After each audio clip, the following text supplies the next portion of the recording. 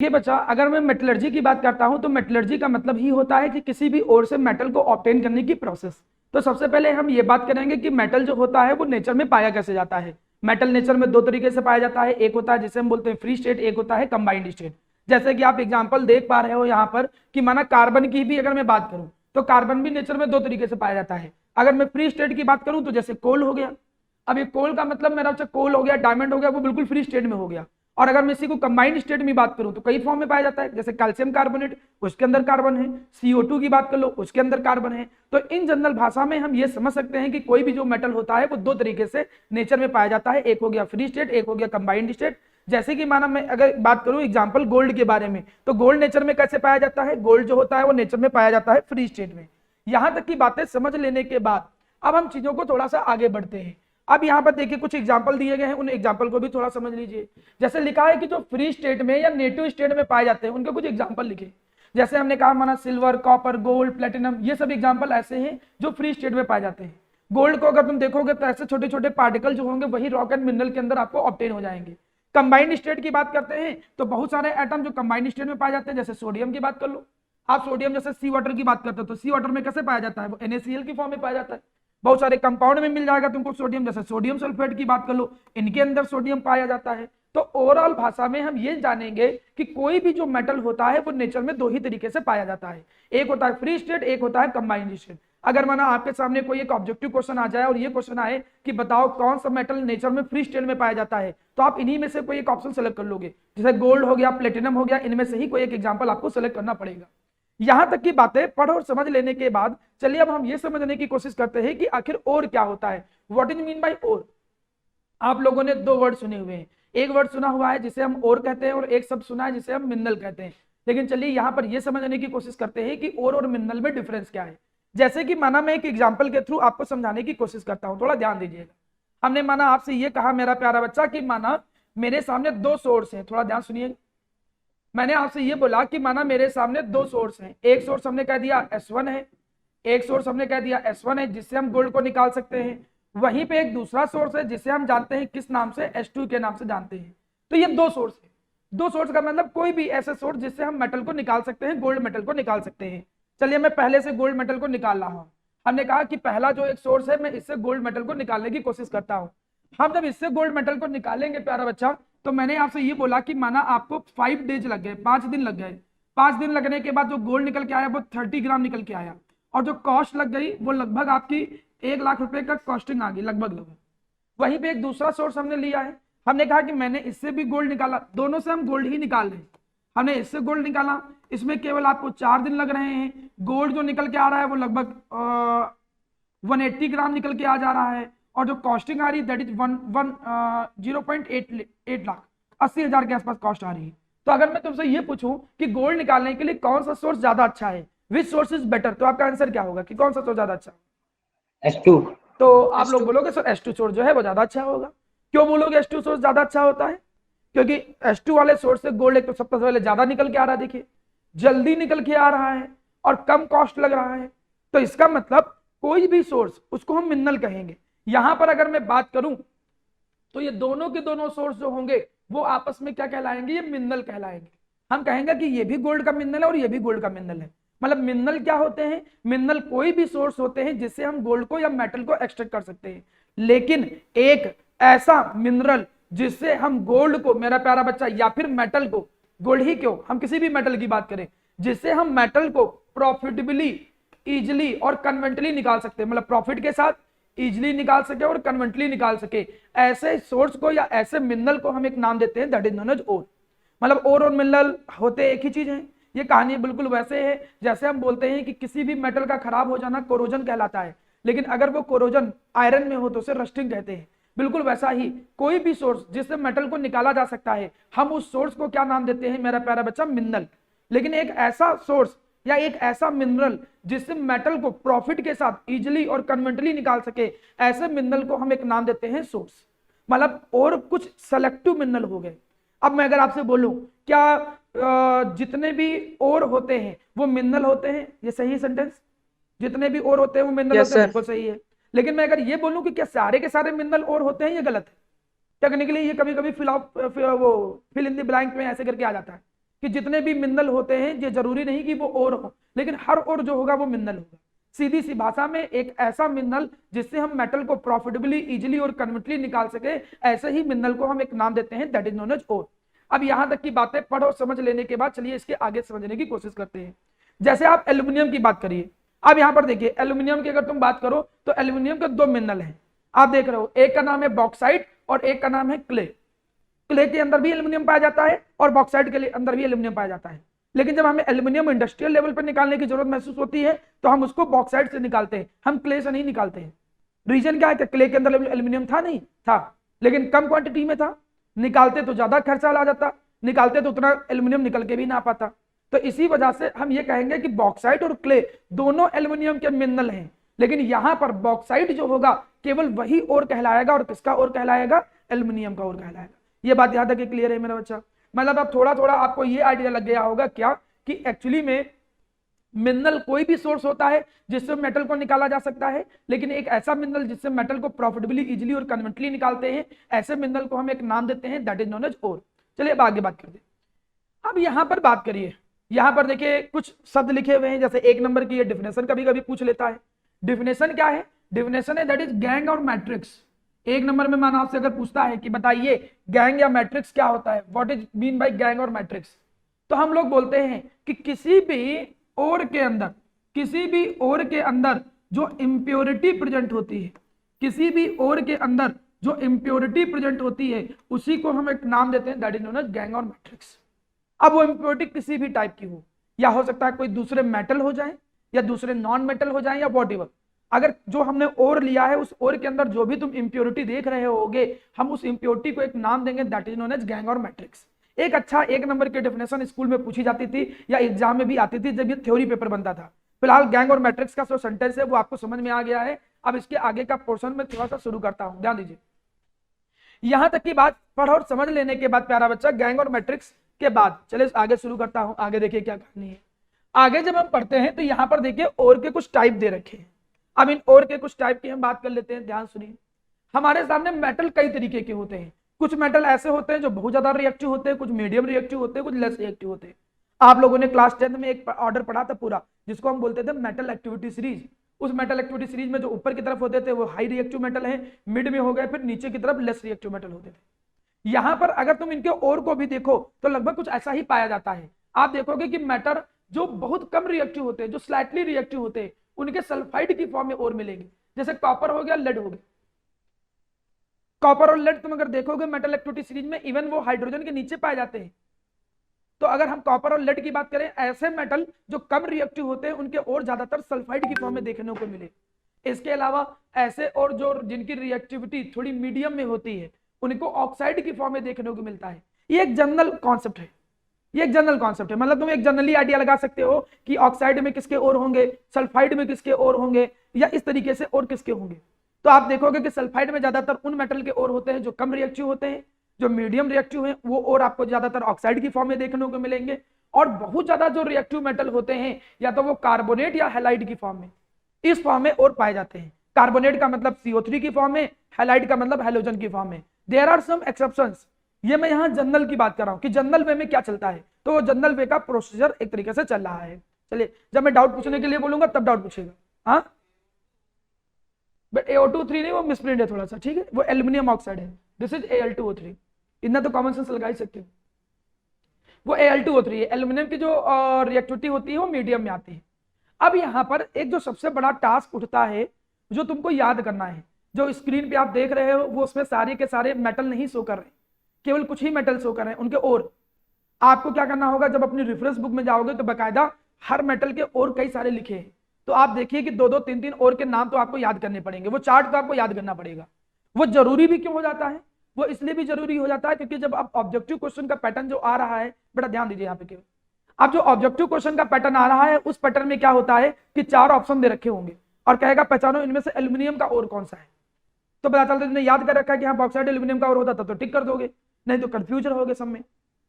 और ये सब चीजें आपको मालूम होनी चाहिए। क्या पता एक ऑप्शन ऐसा है जिसमें 2 हो एल्यूमिनियम के और, तो आपको ज्यादातर जितने और आपको याद हो सकते हैं वो याद करिए, जितना आपके बुक में मेंशन है। हम यहाँ पर कुछ मेन और जो होते हैं उनको रिप्रेजेंट कर रहे हैं, और वो नेचर में दिखते कैसे हैं उनको एक्चुअली में देखने में वो लगते कैसे हैं, उसके लिए हमने उनकी कुछ इमेज भी पुट करके रखी है।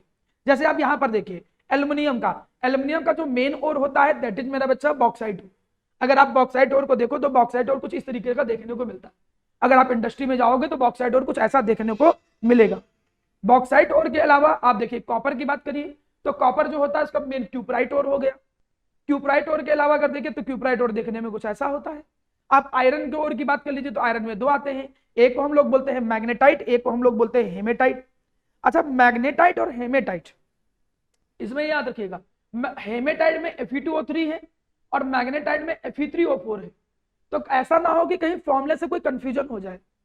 मतलब हम देखते हैं कि आप कभी कभी एग्जाम में फॉर्मूले से कंफ्यूज हो जाते हो कि यार मैग्नेटाइट कौन है और हेमेटाइट कौन है। तो ऐसे याद रखो Fe2O3 में 2 आयरन है, Fe3O4 में 3 आयरन है। तो आयरन कम किसमें है, Fe2O3 में। और कम का मतलब अल्फाबेट में पहले कौन आता है, पहले H आता है कि पहले आपका आता है M। नेक्स्ट देखिए अब हमने यहां पर बात किया, एक मिनट की ध्यान दें। अब हमने यहाँ पर बात किया, देखिए ये H हो गया, ये M हो गया। यहाँ पर अगर पहले कौन आता है, पहले H आता है और नंबरिंग में भी पहले कौन आता है, 2 आता है। अगर उससे आपस में रिलेट करके चीजों को थोड़ा थोड़ा याद करोगे तो कभी भूलोगे नहीं। जैसे मुझे कभी कंफ्यूजन नहीं होता, मैं ज्यादातर चीजें ऐसे ही याद रखता हूँ कि मुझे याद होता कि हेमेटाइट मैग्नेटाइट अगर मैं फॉर्मूला कभी भूला हूँ तो मुझे याद आता था Fe2O3 और Fe3O4 दो थे और दो में से H जो होता है वो H पहले आ जाता है। H पहले आ जाता है इसका मतलब Fe2O3 जो है वही आपका हेमेटाइट है और बाकी जो होते हैं वो मैग्नेटाइट हो जाते हैं। अब यहां तक की बातें पढ़ और समझ लेने के बाद हम अगले 2-3 और के बारे में बात करते हैं। देखिए यहां पर जैसे सल्फाइड और की बात कर लीजिए। सल्फाइड में हमने पहले बोला था जो लो रिएक्टिव मेटल होते हैं उनके और पाए जाते हैं। उनमें आपके सामने क्या आ गया, कॉपर आ गया, जिंक आ गया।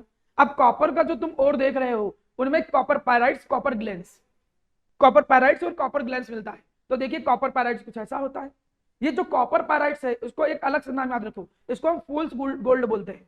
ये भी यहाँ पर भले ना आता हो लेकिन जब भी तुम कोई भी कॉम्पिटिटिव एग्जाम दोगे उसके लिए एक इंपॉर्टेंट क्वेश्चन बन जाता है।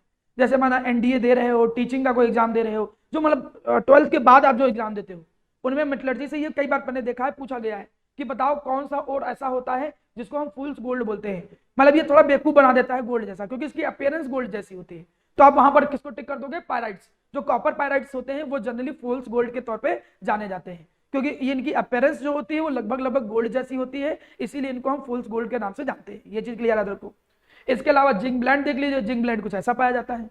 तो पीपीटी रिप्रेजेंट पीपीटी में पढ़ाने के पीछे केवल एक वजह ये थी कि आप नॉर्मल चीजों को केवल पढ़ने के अलावा उनको रियलिटी में विजुअलाइज करने की कोशिश करो कि इंडस्ट्री में जब और आते होंगे तो लगभग कुछ देखने में ऐसे होते होंगे, ये पायर कुछ ऐसे और जाते हैं। चलिए अब इसके बाद आगे बात करते हैं। हमने ज्यादा बातें अभी तक नहीं डिस्कस की, हमने केवल 2-3 बातें डिस्कस की। हमने ये डिस्कस किया कि मेटलर्जी चैप्टर हम पढ़ रहे हैं, इवन मेटलर्जी की डिफिनेशन भी अभी आपको क्लियर नहीं मैंने बताई है। उसके अंदर जो शब्द आते हैं पहले उन शब्दों के बारे में मैं डिस्कशन कर रहा हूँ। पहले तो हमने बोला मेटल। मेटल क्या होते हैं, मेटल 2 तरीके के पाए जाते हैं, या तो कंबाइंड फॉर्म में या तो मेरा बच्चा फ्री स्टेट में पाए जाएंगे। फ्री स्टेट में पाए जाने वाले जैसे गोल्ड हो गए, प्लेटिनम हो गए। कंबाइंड फॉर्म में बहुत सारे मेटल पाए जाते हैं। और मिनरल में अंतर मैंने बताया। मिनरल कोई भी सोर्स जिससे मेटल को निकाल सकते हैं, लेकिन ऐसा मिनरल जिससे हम मेटल को प्रॉफिटेबली, इजीली और कन्वीनियंटली निकाल सकते हैं, ऐसे मिनरल को हम ओर के नाम से जानते हैं। और कई तरीके से पाए जाते हैं, सल्फाइड की फॉर्म में, कार्बोनेट की फॉर्म में, ऑक्साइड की फॉर्म में। वो डिपेंड करता है कि मेटल की रिएक्टिविटी क्या है। अगर कोई मेटल ज्यादा रिएक्टिव मेरा बच्चा होता है, बहुत ज्यादा रिएक्टिव होता है, तो कार्बोनेट या हाइलाइट की फॉर्म में पाया जाएगा। मेटल मीडियम रिएक्टिविटी के हैं तो ऑक्साइड की फॉर्म में पाए जाएंगे। मेटल कम रिएक्टिव के हैं तो उनके आपको सल्फाइड की फॉर्म में और देखने को मिलते हैं। अब हर मेटल के मैंने और की थोड़ी सी फिजिकल अपीयरेंस भी आपके सामने रखी है और फिजिकल अपीयरेंस को भी समझाने की थोड़ा बहुत कोशिश किया है। अब यहां तक की बातें पढ़ और समझ लेने के बाद चलिए आगे की तरफ बढ़ते हैं। अब हमारे सामने एक वर्ड आता है that is known as metallurgy. हम ये समझने की कोशिश करेंगे कि मेटलर्जी क्या होता है। हम मेटलर्जी क्या होता है ये भी समझेंगे और इस पूरे चैप्टर में क्या क्या है उसको भी समझने की कोशिश करेंगे। थोड़ा ध्यान से सुनिएगा। एक बात बहुत अच्छे से मेरा प्यारा बेटा बैठा लीजिए अपने दिमाग में, और वो ये है कि आपके सामने सबसे पहले एक टर्म आता है जिसे हम जानते हैं किस नाम से, ओर के नाम से जानते हैं। आपको तो ये मालूम है भी कि ओर क्या होता है, और ऐसा मिनरल जैसे मेटल को प्रॉफिटेबली, इजीली, कन्वीनियंटली निकालेंगे। अब हम यहाँ पर सारे स्टेप बता रहे हैं कि कौन कौन से स्टेप होते हैं। अब जब आपके सामने मेरा प्यारा बच्चा और आ गया तो सबसे पहले आप एक काम करते हो। क्या काम करते हो मेरा बच्चा, और की आप सबसे पहले क्या करते हो, क्रशिंग या ग्राइंडिंग करते हो। किसी भी ओर में आप क्या करते हो, क्रशिंग करते हो या फिर ग्राइंडिंग करते हो। क्रशिंग और the grinding of. Crushing and grinding of the ore का मतलब क्या हो गया? To convert ore into reasonable size, to convert ore into reasonable size, किसी भी ओर को एक रीजनेबल साइज में कन्वर्ट करने के लिए हम उस प्रोसेस को एक नाम देते हैं, that is crushing and grinding. ऐसा तो है नहीं कि बड़ी बड़ी जो ओर की चट्टानें हैं उनमें से हाथ डालोगे मेटल निकल के आ जाएगा, ऐसा तो नहीं है। हमें उनको केमिकली प्रोसेस करना पड़ेगा और केमिकली प्रोसेस करने के लिए उनको पाउडर फॉर्म में कन्वर्ट करना ही पड़ेगा। तो किसी भी ओर से मेटल निकालने की जो प्रोसेस है, प्योर मेटल निकालने की जो प्रोसेस है, उसमें जो पहला स्टेप आपके सामने निकल के आता है, वो पहला स्टेप क्या होता है? क्रशिंग या ग्राइंडिंग। आपको सबसे पहले किसी भी ओर को क्रशिंग या ग्राइंडिंग करके रीजनेबल साइज में कन्वर्ट करना पड़ेगा। This is the first concept. अब इस पहले कॉन्सेप्ट के बाद मेरा प्यारा बच्चा देखिए स्टेप नंबर 2। स्टेप नंबर 2 में देखो क्या आ जाता है? स्टेप नंबर 2 में आ जाता है concentration of ore. Step number 2 में क्या जाता है? Concentration of ore. What it mean by concentration of ore? Sir क्या मतलब होता है कंसंट्रेशन ऑफ ओर का? आपने अभी एक वर्ड पढ़ा था, कोई बता सकता है कि क्या मतलब था? कि गैंग और मैट्रिक्स का मतलब क्या था? What is mean bye gang or matrix? ओर के अंदर impurities present in the ore। सही, ओर के अंदर जो इंप्योरिटी प्रेजेंट होती है उसे हम गैंग या मैट्रिक्स के नाम से जानते हैं। तो यहां पर तुम एक्चुअली में ये बोलोगे कि कंसंट्रेशन ऑफ ओर का मतलब होता है process of removal, process of removal of impurity, process of removal of impurity from ore. किसी भी ओर से इम्प्योरिटी को रिमूव करने की जो प्रोसेस होती है उसी को हम एक नाम देते हैं, that is known as concentration. आपको ओर को आगे प्रोसेस करने से पहले उसकी इम्प्योरिटी को निकालना पड़ेगा, आपको कंसंट्रेशन ऑफ ओर पे जाना ही पड़ेगा। अब कंसंट्रेशन ऑफ ओर के कई सारे मेथड होते हैं, ये डिपेंड करता है कि जो ओर है और जो इम्प्योरिटी है इनके बीच में किस प्रॉपर्टी का डिफरेंस है, क्योंकि चीजों को तुम अलग तभी कर सकते हो जो प्रॉपर्टी का डिफरेंस हो। एक नॉर्मल में कह दूं आयरन के पार्टिकल है और सैंड के पार्टिकल है, आयरन को अलग करना है तो हम मैग्नेटिक प्रॉपर्टी की हेल्प लोगे, क्योंकि सैंड नॉन मैग्नेटिक नेचर का है और वहीं पे जो आयरन होता है वो किस नेचर का होता है? वो मैग्नेटिक नेचर का होता है। तो मतलब प्रॉपर्टी का तो डिफरेंस होना ही चाहिए, इस बात को तो आपको बहुत अच्छे से मालूम है। तो यहां पर on the basis of difference in the property हम क्या करते हैं? आपके सामने कई सारे मेथड आते हैं, जैसे मैंने आपसे बात कर दिया हाइड्रोलिक वॉशिंग, एक मेथड आता है जिसे हम हाइड्रोलिक वॉशिंग बोलते हैं। दूसरा एक मेथड आ जाता है जिसे हम लोग बोलते हैं मैग्नेटिक सेपरेशन। मैं हर एक के बारे में डीपली डिस्कशन करूंगा, लेकिन अभी मैं आपको पूरे चैप्टर का एक फ्लो बना के दे रहा हूं, चार्ट कि कैसे किस तरीके से चैप्टर चलेगा। इसके अलावा आप इसमें जब देखोगे तो फ्रॉथ फ्लोटेशन नाम सुना होगा बेटा, जो ऑनलाइन बच्चे हैं वो बोलेंगे नहीं, ठीक है। ये मैंने क्या कहा कि एक फ्रॉथ फ्लोटेशन मेथड होता है और एक थर्ड मेथड होता है जिसे हम लोग बोलते हैं chemical method. There is a chemical method होता है जिसको हम लोग बोलते हैं लीचिंग के नाम से, लीचिंग के नाम से। There is a chemical method that is known as leaching. Online वाले बच्चे केवल ध्यान से सुनिए, क्योंकि स्पीकर बड़ा तेज चलता है तो अचानक डर जाते हैं हम कि कितने तेज चलाने लगे हो, तो केवल ध्यान सुनिए। और ज्यादा बोलने का मन कर रहा था तो आपको ऑनलाइन ऑफलाइन आना चाहिए था। चलिए, अब ये आप कई सारे मेथड पढ़ोगे, मैं कंसंट्रेशन ऑफ और एक बकायदा पूरी टॉपिक लेके चलूंगा, उनमें इन चारों मेथड के बारे में डिस्कस करूंगा। तो ये तुम देख रहे हो कि और को पहले हमने क्रशिंग या ग्राइंडिंग किया। सर क्रशिंग और ग्राइंडिंग हम करते किससे होंगे? क्रशिंग और ग्राइंडिंग करने के लिए बहुत सारी मिल्स होती हैं जिनको हम लोग बोलते हैं ग्राइंडिंग मिल्स। उन ग्राइंडिंग मिल करके उसको पाउडर फॉर्म में कन्वर्ट करते हैं। फिर दूसरा स्टेप क्या होता है? और को हम सबसे पहले उसके अंदर जो इंप्योरिटी होती है उन इंप्योरिटी को रिमूव करने का काम करते हैं। Now we come on the next one, step number 3। चलिए हम स्टेप नंबर 3 पे आ जाते हैं, देखते हैं कि भाई स्टेप नंबर 3 में क्या होता है। अब जब तुम्हारे सामने पाउडर्ड ओर आ गया है तो सबसे पहले तुम्हें जरूरत पड़ती है किस चीज की? To convert ore, to convert ore, conversion of ore, convert ore into oxide. तुम्हें सबसे पहले किसी भी ओर को ऑक्साइड में कन्वर्ट करने की जरूरत पड़ेगी ही पड़ेगी। सर ये क्या मतलब जरूरी है क्या हम ऑक्साइड में कन्वर्ट करें? हाँ जरूरी है। क्यों? हमारे सामने तो ओर था, मेटल डायरेक्ट निकाल लेते। इसके पीछे एक रीजन है, दैट इज थर्मोडायनेमिकल रीजन। अगर मैं थर्मोडायनेमिक्स की भाषा में बात करूं तो केवल वही प्रोसेस पॉसिबल होती है जिसका डेल्टा जी निगेटिव होता है, जिसको हम बोलते हैं स्पॉन्टेनियस प्रोसेस। अगर आपने क्लास 11 में थर्मोडायनेमिक्स पढ़ा है तो वहां पर आप लोगों ने ये भी पढ़ा होगा कि जिसका डेल्टा जी निगेटिव होता है वो प्रोसेस स्पॉन्टेनियस होती है, फिजिबल होती है, वो निकल पाएगा अपने आप। अगर आप तुमसे कोई पूछे क्यों कन्वर्ट करते हैं हम ऑक्साइड को, हम किसी भी और को ऑक्साइड में कन्वर्ट करें ही क्यों, तो आप बोलोगे कन्वर्ट इसलिए किया जाए क्योंकि अगर हम बिना कन्वर्ट किए ऑक्साइड में और को निकालने की कोशिश करेंगे तो वो प्रोसेस नॉन फिजिबल होगी। नॉन फिजिबल का मतलब या तो तुम्हें इतनी ज्यादा हीट की जरूरत पड़ेगी जो प्रैक्टिकली पॉसिबल नहीं है। तो हमें सबसे पहले किसी भी और को किसको में कन्वर्ट करना पड़ता है? उसको ऑक्साइड में कन्वर्ट करने की जरूरत पड़ती है। मैं इसके पीछे थोड़ा रीजन लिखने की कोशिश करता हूं। रीजन अगर माना कोई लिखे तो हम ऐसे लिख सकते हैं, to extract metal, to extract metal from ore, to extract metal from oxide ore is easy, oxide ore is easy. Oxide ore से क्या करते हैं मेरा बच्चा, अगर हमें मेटल को निकालना है वो इजी होता है due to thermodynamical reasons, due to thermodynamical reasons, thermodynamical reason की वजह से। जब नॉर्मल चैप्टर में आएंगे देन हम लोग डिस्कस करेंगे अगर आपका सिलेबस में हो। चलिए अब हम इसके बारे में बात करते हैं। इसमें आपने देखा होगा कि भाई आप किसी भी ओर को ऑक्साइड में कन्वर्ट करने के लिए करना क्या होगा, तो आपको उसको मेरा बच्चा हीट करना पड़ेगा। और हीट करने के भी दो तरीके तुमने पढ़े हैं, एक को तुम बोलते हो जिसे हम कहते हैं रोस्टिंग, और एक होता है जिसे हम जानते हैं किस नाम से, कैल्सिनेशन के नाम से। अगर सीबीएसई बोर्ड में भी हो तब भी तुमको मालूम है कि बहुत ज्यादा पूछा जाता था, वैसे तो आईसी बोर्ड के ही सारे बच्चे बैठे। रोस्टिंग का मतलब ऑक्सीजन की प्रेजेंस में हीट करना और कैल्सिनेशन का मतलब एब्सेंस में हीट करना। अब देखिए वो जो ओर आपका था जो पाउडर में कन्वर्ट हो गया था, पाउडर के बाद उसमें की इंप्योरिटी भी तुमने निकाल दी थी, अब उस ओर को तुमने किस में कन्वर्ट कर दिया, ऑक्साइड में कन्वर्ट कर दिया। बताइए जरा कि हम किसी भी ओर को ऑक्साइड में क्यों कन्वर्ट करते हैं, क्या जरूरत होता है ऑक्साइड में कन्वर्ट करने की?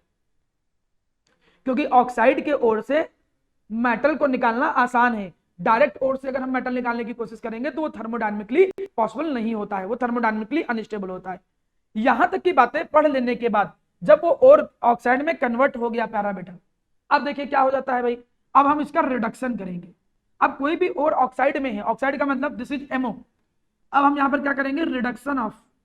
अब हम यहां पर स्टेप नंबर 4 लगाएंगे। स्टेप नंबर 4 क्या होता है, रिडक्शन ऑफ ऑक्साइड और एंड गेट मेटल और गेट क्रूड मेटल, और हमको क्या मिलता है, एक नॉर्मल क्रूड मेटल मिलता है।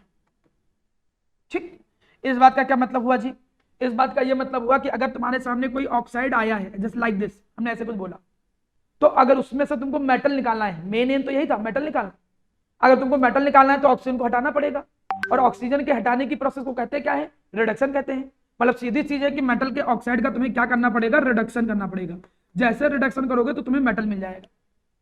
अब रिडक्शन जब करने की बात आती है तो रिडक्शन के बहुत सारे तरीके आ जाते हैं।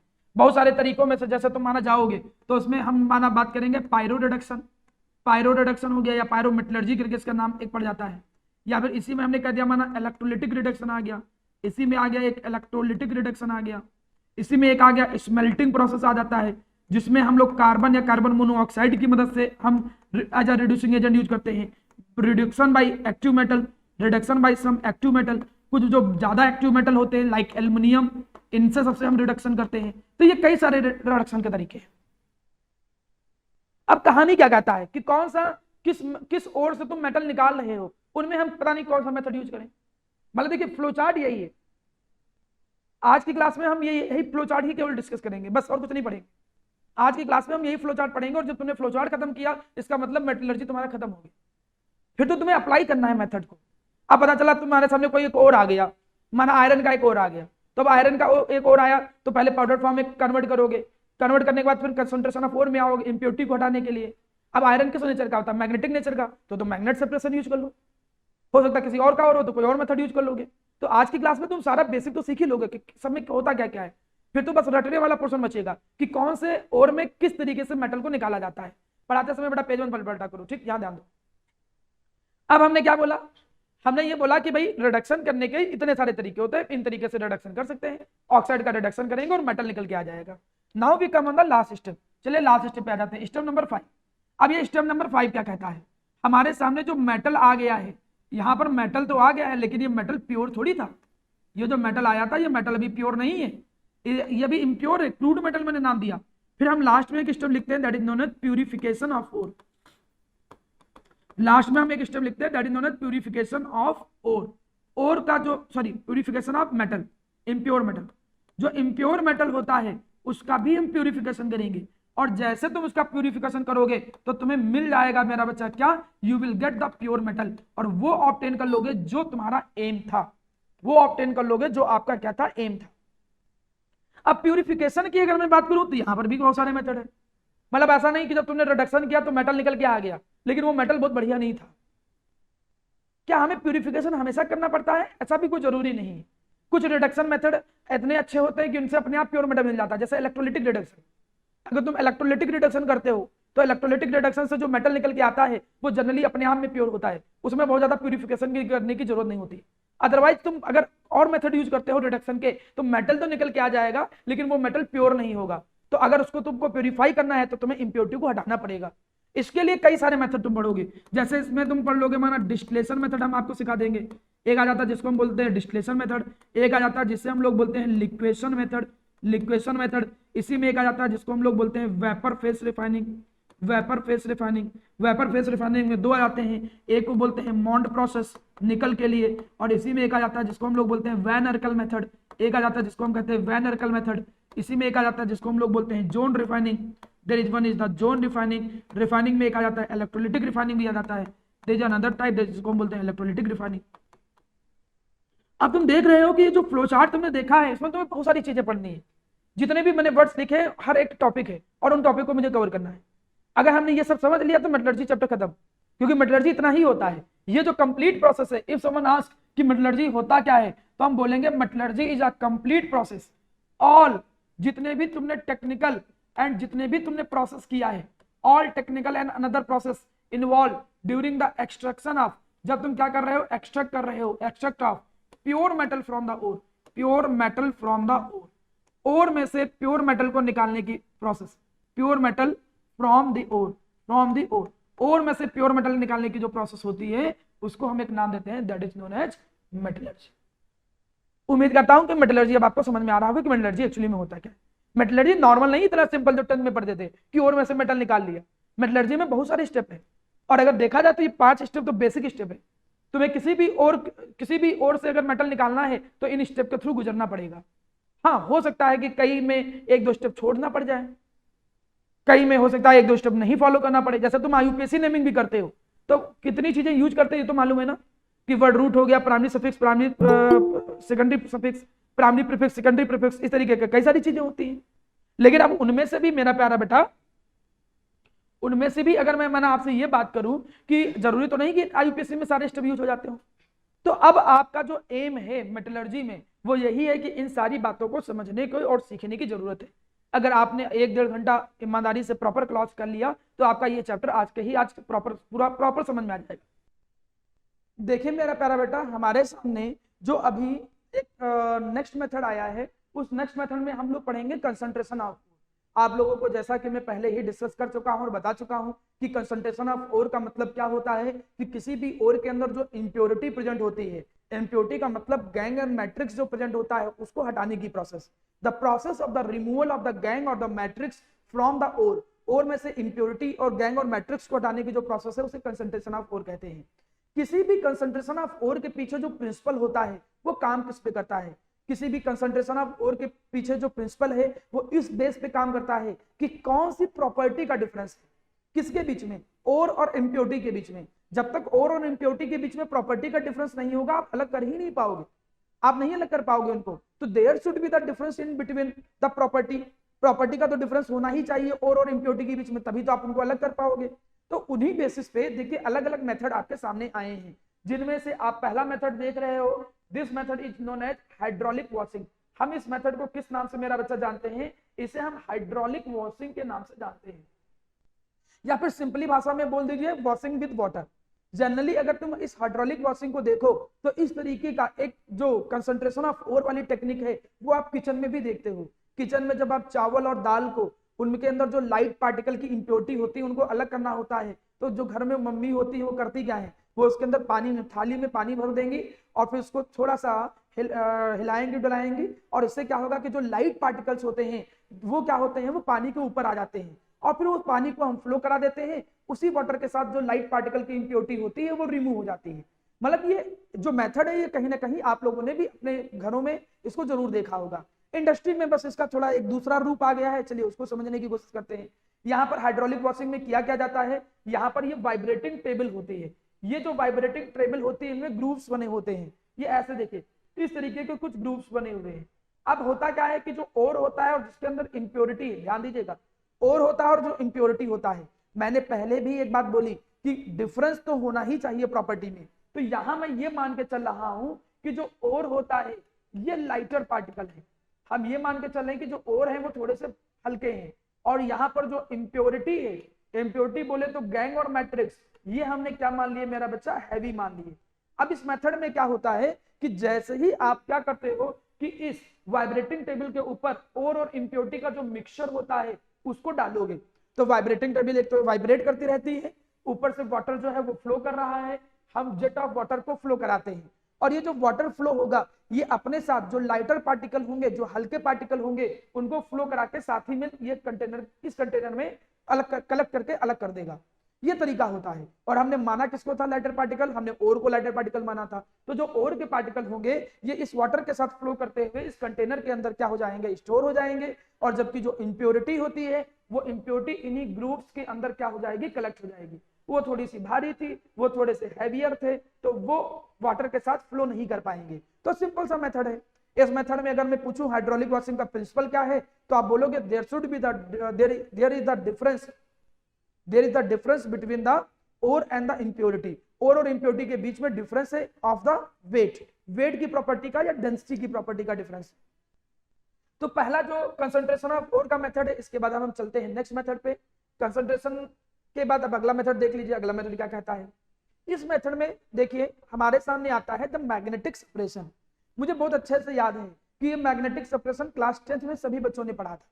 मैग्नेटिक सेपरेशन अगर आप लोगों ने क्लास 10th में थे तो कभी कभी इसका क्वेश्चन आ भी जाता था। मैग्नेटिक सेपरेशन नाम से पता चलता है मैग्नेटिक, तो ज्यादातर ये उन और या इंप्योरिटी को अलग करने में यूज होगा जिनमें कोई एक मैग्नेटिक नेचर का हो और कोई एक नॉन मैग्नेटिक नेचर का हो।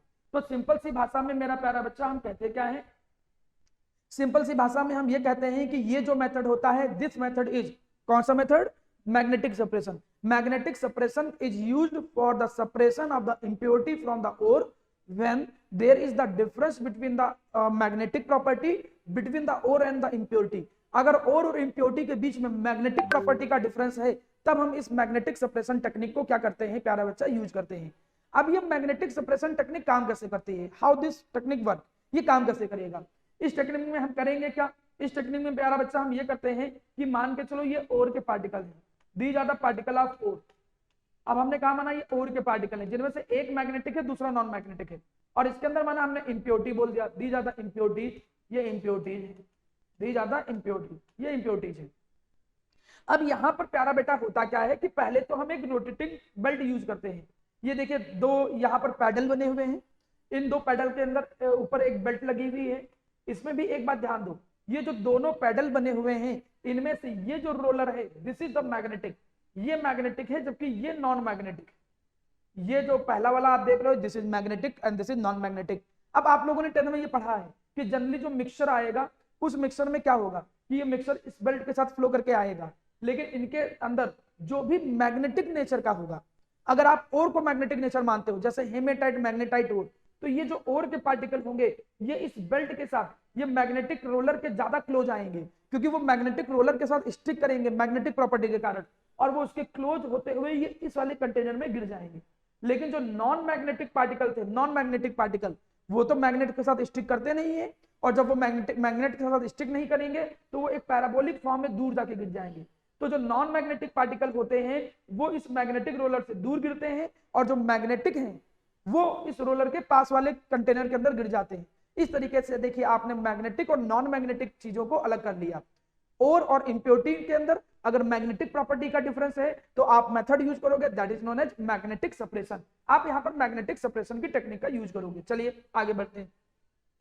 अब यहां तक की बातें पढ़ और समझ लेने के बाद प्यारा बच्चा नेक्स्ट देखिए, अब हमारे सामने आता है एक अच्छा मेथड जिसे हम लोग बोलते हैं froth flotation method. Froth flotation method तुम लोगों ने क्लास 10th में भी पढ़ा था, लेकिन ये जो फ्रॉथ फ्लोटेशन मेथड है वो क्लास 10th से थोड़ा सा डिफरेंट है।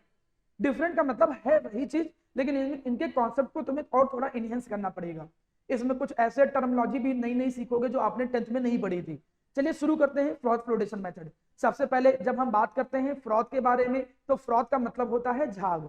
जनरली इस मेथड में झाग ही बनते हैं। जैसे अगर तुम इंडस्ट्रियल लेवल पे देखो, मैं यहाँ पर एक इमेज पुट करके रखी है कुछ ऐसे। अब यहाँ पर जो ओर और इंप्योरिटी होता है, उन ओर और इंप्योरिटी में से जो ओर होता है वो देखिए झाग की फॉर्म में ऊपर की तरफ कलेक्ट हो जाता है। इंडस्ट्री के अंदर बड़ी बड़ी मशीनें लगी होती हैं, यहाँ के जब फ्रॉथ फ्लोटेशन हम अप्लाई करते हैं तो फ्रॉथ फ्लोटेशन में देखिए ऊपर फ्रॉथ कलेक्ट हो रहा है, इस फ्रॉथ के अंदर ओर कलेक्ट हो रहा है। ओर जो होता है वो फ्रॉथ की फॉर्म में सरफेस के ऊपर कलेक्ट हो जाता है, जबकि जो इंप्योरिटी होती है वो अंदर लिक्विड के अंदर ही रहेगा। तो इंडस्ट्रियल लेवल में होता कैसे है, हम इसे फ्रॉथ फ्लोटेशन क्यों कहते हैं वो हमने समझाया कि जो जनरली ओर होता है वो फ्रॉथ की फॉर्म में ऊपर की तरफ फ्लोट करता रहता है और इसीलिए इसका नाम क्या पड़ गया, फ्रॉथ फ्लोटेशन। अब ये टेक्निक काम कैसे करती है, चलिए इस पर हम आते हैं। जब भी प्यारा बेटा आप लोगों को कभी भी बताया जाता है कंसंट्रेशन ऑफ ओर की टेक्निक, हम जब ये कहते हैं कि भाई ये कंसंट्रेशन ऑफ ओर है, तो आपका जो सबसे पहला दिमाग और ध्यान जाना चाहिए वो कहां जाना चाहिए कि ये किस प्रिंसिपल पे काम करता है, on which principle this method work, ये मेथड किस प्रिंसिपल पे काम करता है। तो एक्चुअली में ये जो फ्रॉथ फ्लोटेशन मेथड है ये थोड़ा गलत लिख गया है, this is froth flotation method, this is froth flotation method. अब ये प्रिंसिपल काम कैसे करता है, ये प्रिंसिपल कुछ काम ऐसे करता है, पहले तो प्रिंसिपल पे ध्यान दो, यहां पर एक जो होता है और शुड बी, और इज वेटेबल, और जो होता है दैट इज वेटेबल, वो मेरा बच्चा क्या होता है, this is wettable, ore is wettable with respect to, और जो होता है वो वेटेबल होता है विद रिस्पेक्ट टू ऑयल, और जो होता है वो ऑयल के अंदर वेटेबल होता है, इस बात को ध्यान से, और is wettable into the oil. Sir what is mean bye wettable, wettable का मतलब अट्रैक्ट होना। जनरली भी जब तुम कोई सब्सटेंस लेते हो, हमने माना कोई एक कागज ले लिया, जैसे तुमने एक कागज ले लिया, अब इस कागज को तुमने पानी में डाला तो ये वेट हो जाएगा। क्यों वेट हो जाएगा, ये वेट इसलिए हो जाएगा क्योंकि ये पानी को एब्जॉर्ब कर लेगा या कलेक्ट कर लेगा अपने ऊपर। अगर वाटर और इस कागज के साथ बॉन्ड बन जाते हैं, अट्रैक्शन फोर्स होता है, तो हम कहेंगे this is wettable, so this paper is wettable with water, ये वाटर के साथ वेटेबल होता है और कई सारे लिक्विड के साथ वेटेबल होता है। लेकिन बहुत सारे आजकल तुम देखते होगे बहुत सारे ऐसे मटेरियल आने लगे हैं जो नॉन वेटेबल होते हैं, हो सकता है वो ऑयल के प्रति नॉन वेटेबल हो, वो ऑयल से जुड़े ही ना। नई नई शर्टें आने लगी हैं जिन शर्ट के ऊपर ऑयल अगर गिर जाएगा, डस्ट मतलब कोई ऐसा ऑयली पार्टिकल गिर जाएगा तो उसके ऊपर स्टिक ही नहीं करेगा। तो किसके साथ वो अट्रैक्ट होता है, दिस मींस वेटेबिलिटी प्रॉपर्टी। तो और जो होता है और should be attracted with oil, तो ये वर्ड यूज होता है वेटेबल एंड नॉन वेटेबल, तो आपको ये शब्द समझ में आना चाहिए। तो और जो होता है वो वेटेबल होना चाहिए, किसके साथ, ऑयल के साथ वेटेबल होना चाहिए। वहीं पे प्यारा बेटा जो इंप्योरिटी होती है, इंप्योरिटीज, ये इंप्योरिटी क्या होनी चाहिए, impurity should be wettable, impurity जो होती है वो वेटेबल होना चाहिए, किसके रिस्पेक्ट में, वाटर के रिस्पेक्ट। मतलब मैं आसान सी भाषा में अगर एक बात बोलूं, और जो होते हैं वो डिजॉल्व होते हैं इजिली ऑयल के अंदर, और इंप्योरिटी जो होती है वो इजिली वाटर के साथ अट्रैक्ट होती है। तो इसका मतलब हो गया वेटेबिलिटी की प्रॉपर्टी का। अब मैं अगर इसका उल्टा बोलूं तो नॉन वेटेबिलिटी हो गया। जैसे और ऑयल के प्रति वेटेबल थे तो पानी के प्रति क्या हो जाएंगे, वाटर के प्रति क्या हो जाएंगे, नॉन वेटेबल। और हम और ही ऐसा सेलेक्ट किए हैं, हमने ऐसा और सेलेक्ट किया है जो वाटर के प्रति क्या हो, नॉन वेटेबल है। और इंप्योरिटी जो है वो वेटेबल तो है वाटर के प्रति, लेकिन वो ऑयल के प्रति नॉन वेटेबल है। तो आप एक शब्दों को बहुत अच्छे से समझिए, किसके प्रति वो अट्रैक्ट होता है, that's mean wettable with that. जैसे यहां पर और जो है वो ऑयल के प्रति अट्रैक्ट होगा, वो ऑयल के साथ अट्रैक्ट होगा, तो और इज वेटेबल विद ऑयल। और जो इंप्योरिटी है they are wettable with water, और बाकी अगर क्रॉस करोगे तो नॉन वेटेबल हो जाएगा। तो ये तो देखो बेसिक प्रिंसिपल है, ये बेसिक प्रिंसिपल है कि अगर ऐसा होगा तभी हम उस जगह पे फ्रॉथ फ्लोटेशन की टेक्निक जो होगा वो अप्लाई कर पाएंगे, अदरवाइज आप फ्रॉथ फ्लोटेशन की टेक्निक नहीं अप्लाई कर पाओगे। अब एक क्वेश्चन आता था जब थ्योरेटिकली पेपर बनता था, ये क्वेश्चन ये आता था मेरा प्यारा बच्चा कि जरा बताइए, आपको ये बताना होता था कि why froth flotation method, why the froth flotation method, ये जो फ्रॉथ फ्लोटेशन मेथड होता है, why the froth flotation method is applicable, क्यों ये फ्रॉथ फ्लोटेशन मेथड अप्लीकेबल होता है फॉर सल्फाइड ओर, ये सल्फाइड ओर के लिए ही अप्लीकेबल क्यों होता है भाई, हम बाकी ओर में फ्रॉथ फ्लोटेशन क्यों नहीं लगाते। तो हम ये मेथड लगाएंगे तो उनमें ना जो इस प्रिंसिपल को फॉलो करते होंगे, तो आप आंसर ये दोगे कि सल्फाइड ओर जो होते थे वो ऑयल के प्रति वेटेबल होते थे और इनके अंदर जो इंप्योरिटी होती है वो वाटर के प्रति वेटेबल होती है, इसीलिए हम सल्फाइड ओर में ये लगाते हैं। बाकी और इस तरीके का प्रिंसिपल नहीं रखते हैं, इसीलिए हम बाकी जो और होते हैं उनके अंदर इस तरीके की टेक्निक नहीं लगा सकते हैं। तो फ्रॉथ फ्लोटेशन मेथड में कुछ छोटी छोटी बातें आपको क्लियर हुई। बात नंबर एक ये क्लियर हुआ कि फ्रॉथ फ्लोटेशन मेथड में फ्रॉथ बनता होगा और जो होगा वो फ्रॉथ बना के बाहर अलग कर लिया जाता है। फ्रॉथ फ्लोटेशन मेथड हम वहां पर यूज करते हैं जहां पर और इंप्योरिटी जो होता है इनके बीच में डिफरेंस होना चाहिए वेटेबिलिटी का। किस चीज की वेटेबिलिटी का, और जो होना चाहिए वो वेटेबल होना चाहिए किसके प्रति, और should be wettable with oil, और जो वाटर होता है वो इम्प्योरिटी जो होती है that should be wettable with water, ये होना चाहिए। अब इस टेक्निक में हम करते क्या है सुनिएगा, इसमें हम सबसे पहले ये काम करते हैं कि जो पल्प ऑफ ओर है, pulp of ore, sir pulp of ore का मतलब जो ओर का पूरा ढेर है, अब इस ओर का ढेर उसके अंदर इम्प्योरिटी भी है, ये नहीं कि हमने ओर बोला तो उसके अंदर इम्प्योरिटी नहीं, इम्प्योरिटी इज देयर, ओर के अंदर जिसके अंदर इम्प्योरिटी है हम उस ढेर को लेते हैं पहले, और उस ढेर को लेने के बाद उसके अंदर क्या मिला देते हैं प्यारा बच्चा, ऑयल मिला देते हैं। सबसे पहले उसके अंदर हम क्या मिला देते हैं, ऑयल। तो ये जो ओर का एक ढेर होता है जिसके अंदर हम क्या मिला देते हैं, ऑयल मिला देते हैं, इसको सबसे पहले हम क्या करते हैं मेरा बच्चा, इंसर्ट करते हैं इसके अंदर, हम इस लिक्विड के अंदर डाल देते हैं। ठीक भैया, हमने इस लिक्विड के अंदर डाल दिया, अच्छी बात है। जो तुमने ओर का जो ढेर था उसको ऑयल के साथ मिला करके इसके अंदर डाल दिया। अच्छा जी, सर ये ऑयल क्यों मिलाया गया है, what is the role of oil? हम यहाँ पर ऑयल को एक अलग नाम देंगे, अभी जब तुम आगे पढ़ोगे मैं तुमको आगे दिखाता हूँ, यहाँ पर कुछ टर्मिनोलॉजी भी पढ़ोगे, आपको यहाँ पर देखिए कुछ टर्मिनोलॉजी देखने को मिलेंगी, कलेक्टर, फ्रॉथ, स्टेबलाइजर, डिप्रेसेंट्स। तो यहाँ पर जो ऑयल होता है हम उस ऑयल को क्या नाम देंगे, कलेक्टर नाम देंगे। ऐसा शब्द तुम लोगों ने क्लास 10 में नहीं पढ़ा था। तो एक चीज ये समझिए कि हम ओर को नॉर्मली नहीं डालते हैं, हम ओर के अंदर क्या मिला देते हैं, ऑयल को मिला देते हैं। ये जो ओर के अंदर तुम ऑयल को मिला रहे हो प्यारा बेटा, फिर से सुनिएगा, ये जो ओर के अंदर तुम ऑयल मिला रहे हो इसमें जो ऑयल होता है ये काम किसका करता है, ये ऑयल काम करता है मेरा प्यारा बच्चा, कलेक्टर का काम होता है। सर क्या होते हैं कलेक्टर? अगर माना कभी तुमसे कोई पूछे कि what is the collector in the froth flotation method, froth flotation method में कलेक्टर होते क्या है, तो हम सिंपल सी भाषा में बोलते हैं कि कलेक्टर जो होते हैं आर दो सब्सटेंसेस, कलेक्टर वो सब्सटेंसेस होते हैं विच इंक्रीज, जो क्या कर देते हैं, जो मेरा बच्चा इंक्रीज कर देते हैं, विच इंक्रीज क्या, नॉन वेटेबिलिटी, जो इंक्रीज कर देते हैं non wettability, non wettability of और। अच्छा कोई बताएगा और किसके प्रति नॉन वेटेबल होते हैं, कोई भी बता सकता है, और नॉन वेटेबल किसके प्रति होते हैं? वाटर, वाटर, बिल्कुल सही बच्चा, और जो वाटर के प्रति नॉन वेटेबल होते हैं। और ये जो कलेक्टर होते हैं ये वैसे भी और नॉन वेटेबल विद वाटर थे और वो उसकी और नॉन वेटेबिलिटी बढ़ा देते हैं। तो जो कलेक्टर होते हैं they are the substances which increase non wettability of ore with water, मतलब ये वाटर के साथ जाने की जो टेंडेंसी है ओर की वो और घटा देते हैं, वैसे भी कम है और घटा देंगे। ये तो तुम खुद ही समझो। ऑयल जो होता है वो पानी से दूर भागता है, कलेक्टर जनरली होते क्या है, कलेक्टर आर जनरली ऑयल्स, जैसे जनथेट ऑयल हो गए, अलग अलग तरीके के ऑयल हो गए। ऑयल तो जनरली वाटर से वैसे ही दूर भागता है, वो हाइड्रोफोबिक होता है ऑयल। अब जैसे माना कोई और है उसको ऑयल के अंदर डुबो करके हम जब डालेंगे तो वो पानी से और दूर भागेगा। मतलब जो हमने कलेक्टर मिलाया है, जो हमने collector as a substance adapt किया है, वो उस ओर की वाटर के प्रति जो नॉन वेटेबिलिटी थी उसको बढ़ा देगा, वो उसको पानी से और दूर भगाएगा। तो ये सबसे पहले है, तो हमने ओर को ऑयल के साथ मिला करके इसके अंदर डाल दिया। अच्छा जी, ये तो कर दिया आपने।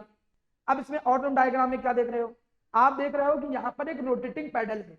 ये जो रोटेटिंग पैडल है ये कंटिन्यूअस क्या कर रहा है, रोटेट कर रहा है। This rotating paddle is continuous rotating. Sir इसकी क्या जरूरत है यहाँ पे? अब ये जो ओर तुमने डाला है ऑयल के साथ वो उसके अंदर प्रॉपर्ली डिजॉल्व भी तो हो जाना चाहिए। डिजॉल्व का मतलब डिजॉल्व तो वैसे भी नहीं होगा, नॉन वेटेबल है, मतलब डिस्ट्रीब्यूट वर्ड यूज करना ज्यादा सही है, मतलब वो प्रॉपर्ली पूरे अंदर डिस्ट्रीब्यूट हो जाए। ये नहीं कि एक ही कोने में वो ज्यादा इकट्ठा रहे, एक ही कोने में उसका कलेक्शन ज्यादा रहे, वो यूनिफॉर्मली पूरे लिक्विड के अंदर क्या हो जाए, डिस्ट्रीब्यूट हो जाए। इसीलिए यहाँ पर हमने रोटेटिंग पैडल डाल रखा है। इसी रोटेटिंग पैडल के साथ देखिए यहाँ पर हम एयर की सप्लाई कर रहे हैं। एयर जो होता है वो हमने नीचे सप्लाई कर रखा है। जनरली ये एक्सपेरिमेंट आप लोग करते हो कि जब कभी पानी के अंदर तुम स्ट्रॉ से क्या करते हो कि एयर थ्रो करते हो तो देखिए एयर से बुलबुले बनते हैं, वहां पर बुलबुले क्रिएट होते हैं। तो एयर का भी रोल यही है। एयर क्या करेगा, जब एयर यहाँ पर आएगा तो नीचे से वो क्या बनाएगा, बबल्स बनाएगा, that will form the bubbles, वो एयर के बबल बनेंगे। और ये एयर के जो बबल होते हैं ये ओर को ऊपर उठाने में हेल्प करते हैं। सर ओर को ही ऊपर उठाने में क्यों हेल्प करते हैं? भाई ओर जो था वो पानी से दूर भागने का नेचर रखता है, और is non wettable with water. और जो होता है वो वाटर के बाद नॉन वेटेबल होता है, वो पानी से वैसे भी दूर भागेगा। लेकिन ये जो बबल्स बन रहे हैं ये बबल्स क्या करते हैं कि ओर को और ऊपर ले जाने में हेल्प करते हैं, क्योंकि बबल्स ऊपर की तरफ जाएंगे, ये बबल्स क्या करेंगे कि ओर को अपने साथ ऊपर की तरफ ले जाएंगे और फ्रॉथ की फॉर्म में उसको कन्वर्ट कर देंगे। लेकिन इस पूरी प्रोसेस के दौरान जो इम्प्योरिटी थी वो इम्प्योरिटी इसी वाटर के अंदर ही रह जाएगी। जो कंटेनर के अंदर वाटर भरा है वो इम्प्योरिटी इसी के अंदर रह जाएगी, वो ऊपर नहीं जाएगी। इसके पीछे रीजन आप लोग समझ चुके हो, क्योंकि जो इम्प्योरिटी होती थी वो वाटर के कंपेटेबल होती थी, इम्प्योरिटी वाटर के साथ रहना चाहती है, तो इम्प्योरिटी जो होगा वो वाटर के साथ ही रह जाएगी, और जो ओर होता है वो बबल्स की मदद से, बबल की मदद से और ऑयल जो था उसकी मदद से ऊपर की तरफ, सरफेस की तरफ क्या हो जाएगा, कलेक्ट हो जाएगा, और ऊपर जब कलेक्ट हो जाएगा वो बना क्या देगा, फ्रॉथ बना देगा। हम आगे करेंगे क्या, हम आगे जाके इसी फ्रॉथ को कलेक्ट करेंगे, और इसी फ्रॉथ को कलेक्ट करके हम क्या करेंगे, ड्राई करेंगे, और ड्राई करके उससे मेटल को निकाल ले जाएंगे। तो this on the basis of this technique, इस टेक्निक पर ये फ्रॉथ फ्लोटेशन मेथड काम करता है। मैं एक बार दोबारा रिपीट कर देता हूं कि फ्रॉथ फ्लोटेशन मेथड किस पे काम करता है। हमने सबसे पहले ओर और इम्प्योरिटी को मिक्स करके डाल दिया, ओर के अंदर हमने ऑयल को डाल दिया, क्योंकि जब ओर के अंदर ऑयल को हम डालेंगे तो ऑयल जो होगा वो ओर की नॉन वेटेबिलिटी विद वाटर बढ़ा देगा। अब ओर वैसे भी पानी से दूर भागना चाहता है, ऊपर से तुमने एयर की सप्लाई कर दी, एयर ने बबल क्रिएट किए, इन बबल ने ओर को ऊपर उठा दिया, और ऊपर फ्रॉथ की फॉर्म में कलेक्ट हो गए, और इम्प्योरिटी जो थी वो वाटर के अंदर रह गई। क्यों इम्प्योरिटी वाटर के अंदर रह गई, क्योंकि इम्प्योरिटी जो है वो वेटेबल है वाटर के प्रति, तो इम्प्योरिटी देखिए वाटर में रह गई, और जो ओर था वो ऊपर फ्रॉथ की फॉर्म में कलेक्ट हो गया। और हम यही चाहते ही थे, हम चाहते थे कि जो ओर है वो इम्प्योरिटी के साथ क्या हो जाए, अलग हो जाए। तो on the basis of this method हम फ्रॉथ फ्लोटेशन टेक्निक, देखिए मेरा बच्चा, तो यहाँ तक की टेक्निक समझ लेने के बाद अब आप लोगों को वो जो बेसिक टर्मिनोलॉजी है उसमें से एक वर्ड ये भी ध्यान दीजिए, ये भी बहुत बढ़िया वर्ड है। ये सब क्या कहता है, सब कहता है डिप्रेशेंट। अब डिप्रेशेंट कहते किसे हैं, डिप्रेशेंट के जैसे कुछ एग्जांपल ले लो आप, जैसे इसका एक एग्जांपल ले लो NaCN, यहाँ पर this is little bit wrong, this is NaCN, sodium cyanide. Sodium cyanide जो होता है वो एक डिप्रेशन का काम करता है। ये एक अच्छा क्वेश्चन है। अच्छा, क्या हो कि अगर माना ये तुम्हारे सामने कंटेनर था और जिसके अंदर तुम ओर डाल रहे थे, मान के चलो कि इस ओर के अंदर 2 सल्फाइड ओर हैं, तुमने तो ये पढ़ा है ना कि जो सल्फाइड ओर होते हैं they are wettable with oil, तो मतलब वो ऑयल के साथ ऊपर चले जाएंगे। लेकिन अगर उस ओर के अंदर मान के चलो कि जो ZnS भी था और उसके अंदर क्या था, PbS भी था, ये दोनों थे। अब ये तो दोनों के दोनों ओर थे वो उसके अंदर प्रेजेंट थे, हमने कहा उसके अंदर ZnS भी प्रेजेंट था और उसके अंदर PbS भी प्रेजेंट था। जब दोनों के दोनों उसके अंदर मेरा बच्चा प्रेजेंट थे, तो अब हम अगर ये टेक्निक हम लगाएं कि यार दोनों के दोनों ऊपर की तरफ चले जाएं, दोनों की तरफ ऊपर की तरफ चले जाएंगे, तब तो प्रॉब्लम है कि अगर वो दोनों के दोनों ऑयल के साथ क्या करेंगे, और जो है वो दोनों के दोनों ऑयल के साथ अगर ऊपर चले गए तब तो दोनों मिक्स हो जाएंगे, फिर हम जो पर्पज यूज कर रहे थे वो नहीं यूज हो पाएगा। तो इस प्रॉब्लम से बचने के लिए हम डिप्रेशन यूज करते हैं। डिप्रेशन करते क्या है, डिप्रेशन को जैसे हमने मिला दिया, जैसे हमने मिला दिया NaCN, तो वो किसी एक ओर को क्या कर देगा, डिप्रेस कर देगा और एक को जाने देगा। जैसे यहाँ पर ये जो NaCN होता है वो ZnS को डिप्रेस कर देता है। डिप्रेस कर देने का मतलब वो उसको वहीं रोक लेगा, कहेगा भाई तुम ऊपर की तरफ मत जाओ। वो सर रोकेगा कैसे, एक्चुअली ये जो NaCN होता है वो जो जिंक सल्फाइड था उसके साथ कंबाइन करके देखिए कॉम्प्लेक्स बना दिया, ये उसने कॉम्प्लेक्स बना दिया। तो जो NaCN as a depression use किया गया है वो जिंक सल्फाइड के साथ कंबाइन करके एक कॉम्प्लेक्स बना देगा, उसको वहीं नीचे रोक लेगा और PbS को जाने देगा। तो हमारी जो प्रॉब्लम थी हम उस प्रॉब्लम से बच गए। प्रॉब्लम ये थी कि दोनों के दोनों और ऊपर ना जाए, एक ही और ऊपर जाए जिस हम और को ऊपर भेजना चाहते हैं। तो अगर आपके सामने जो ओर होता है उसके अंदर 2 या 2 से ज्यादा सल्फाइड आ जाते हैं तो हम वहां पर डिप्रेशन का यूज करते हैं। डिप्रेशन क्या करते हैं, किसी एक ही ओर को, एक ही सल्फाइड ओर को फ्रॉथ बनाने देंगे और बाकी जो सल्फाइड ओर हैं उनको फ्रॉथ नहीं बनाने देंगे। अच्छी टेक्निक है फ्रॉथ फ्लोटेशन, आप पढ़ सकते हो, समझ सकते हो। चलिए इस टेक्निक के बाद हम कंसंट्रेशन ऑफ ओर की नेक्स्ट टेक्निक पे आते हैं। कंसंट्रेशन ऑफ ओर की जो नई टेक्निक है इसे हम लोग केमिकल मेथड भी बोलते हैं या लीचिंग बोलते हैं। इसके 2 नाम होते हैं, केमिकल मेथड और लीचिंग।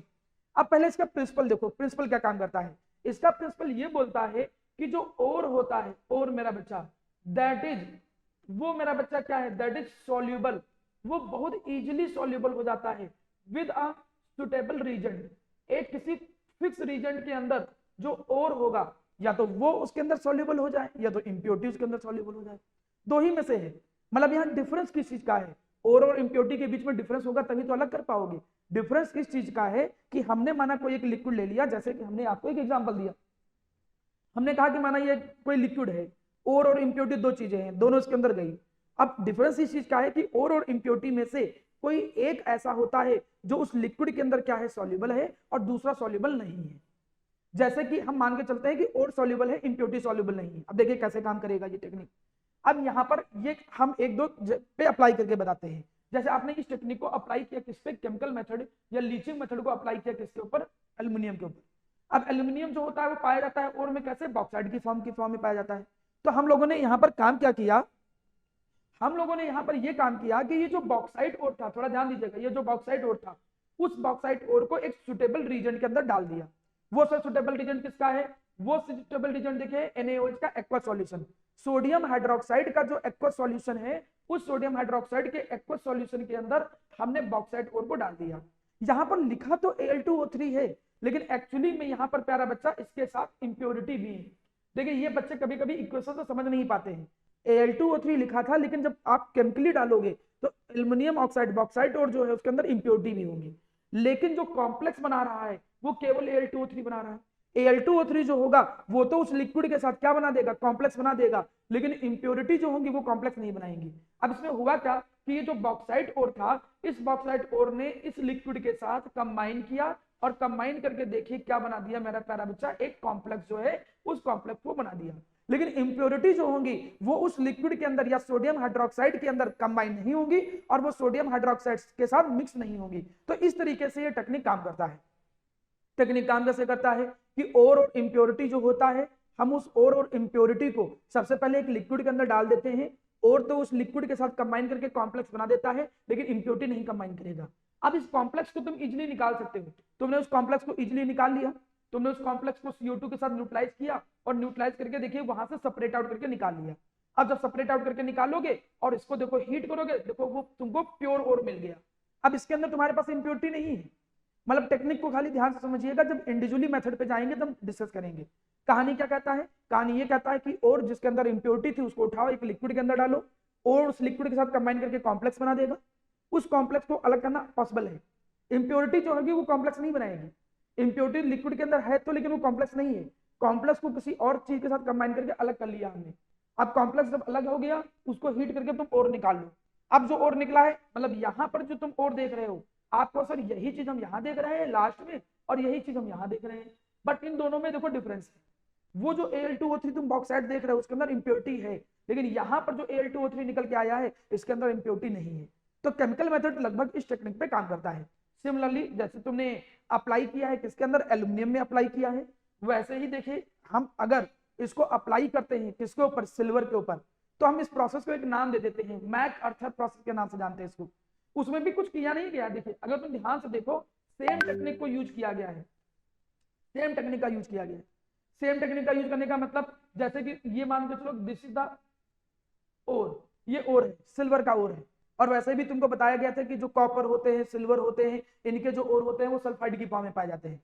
अब ये जो तुम ओर देख रहे हो, उस ओर के हमने एक पर्टिकुलर लिक्विड के अंदर डिजोल्व कर दिया। ये वो सुटेबल रीजन है, this is the suitable reason. हमने इसके अंदर डिजोल्व किया।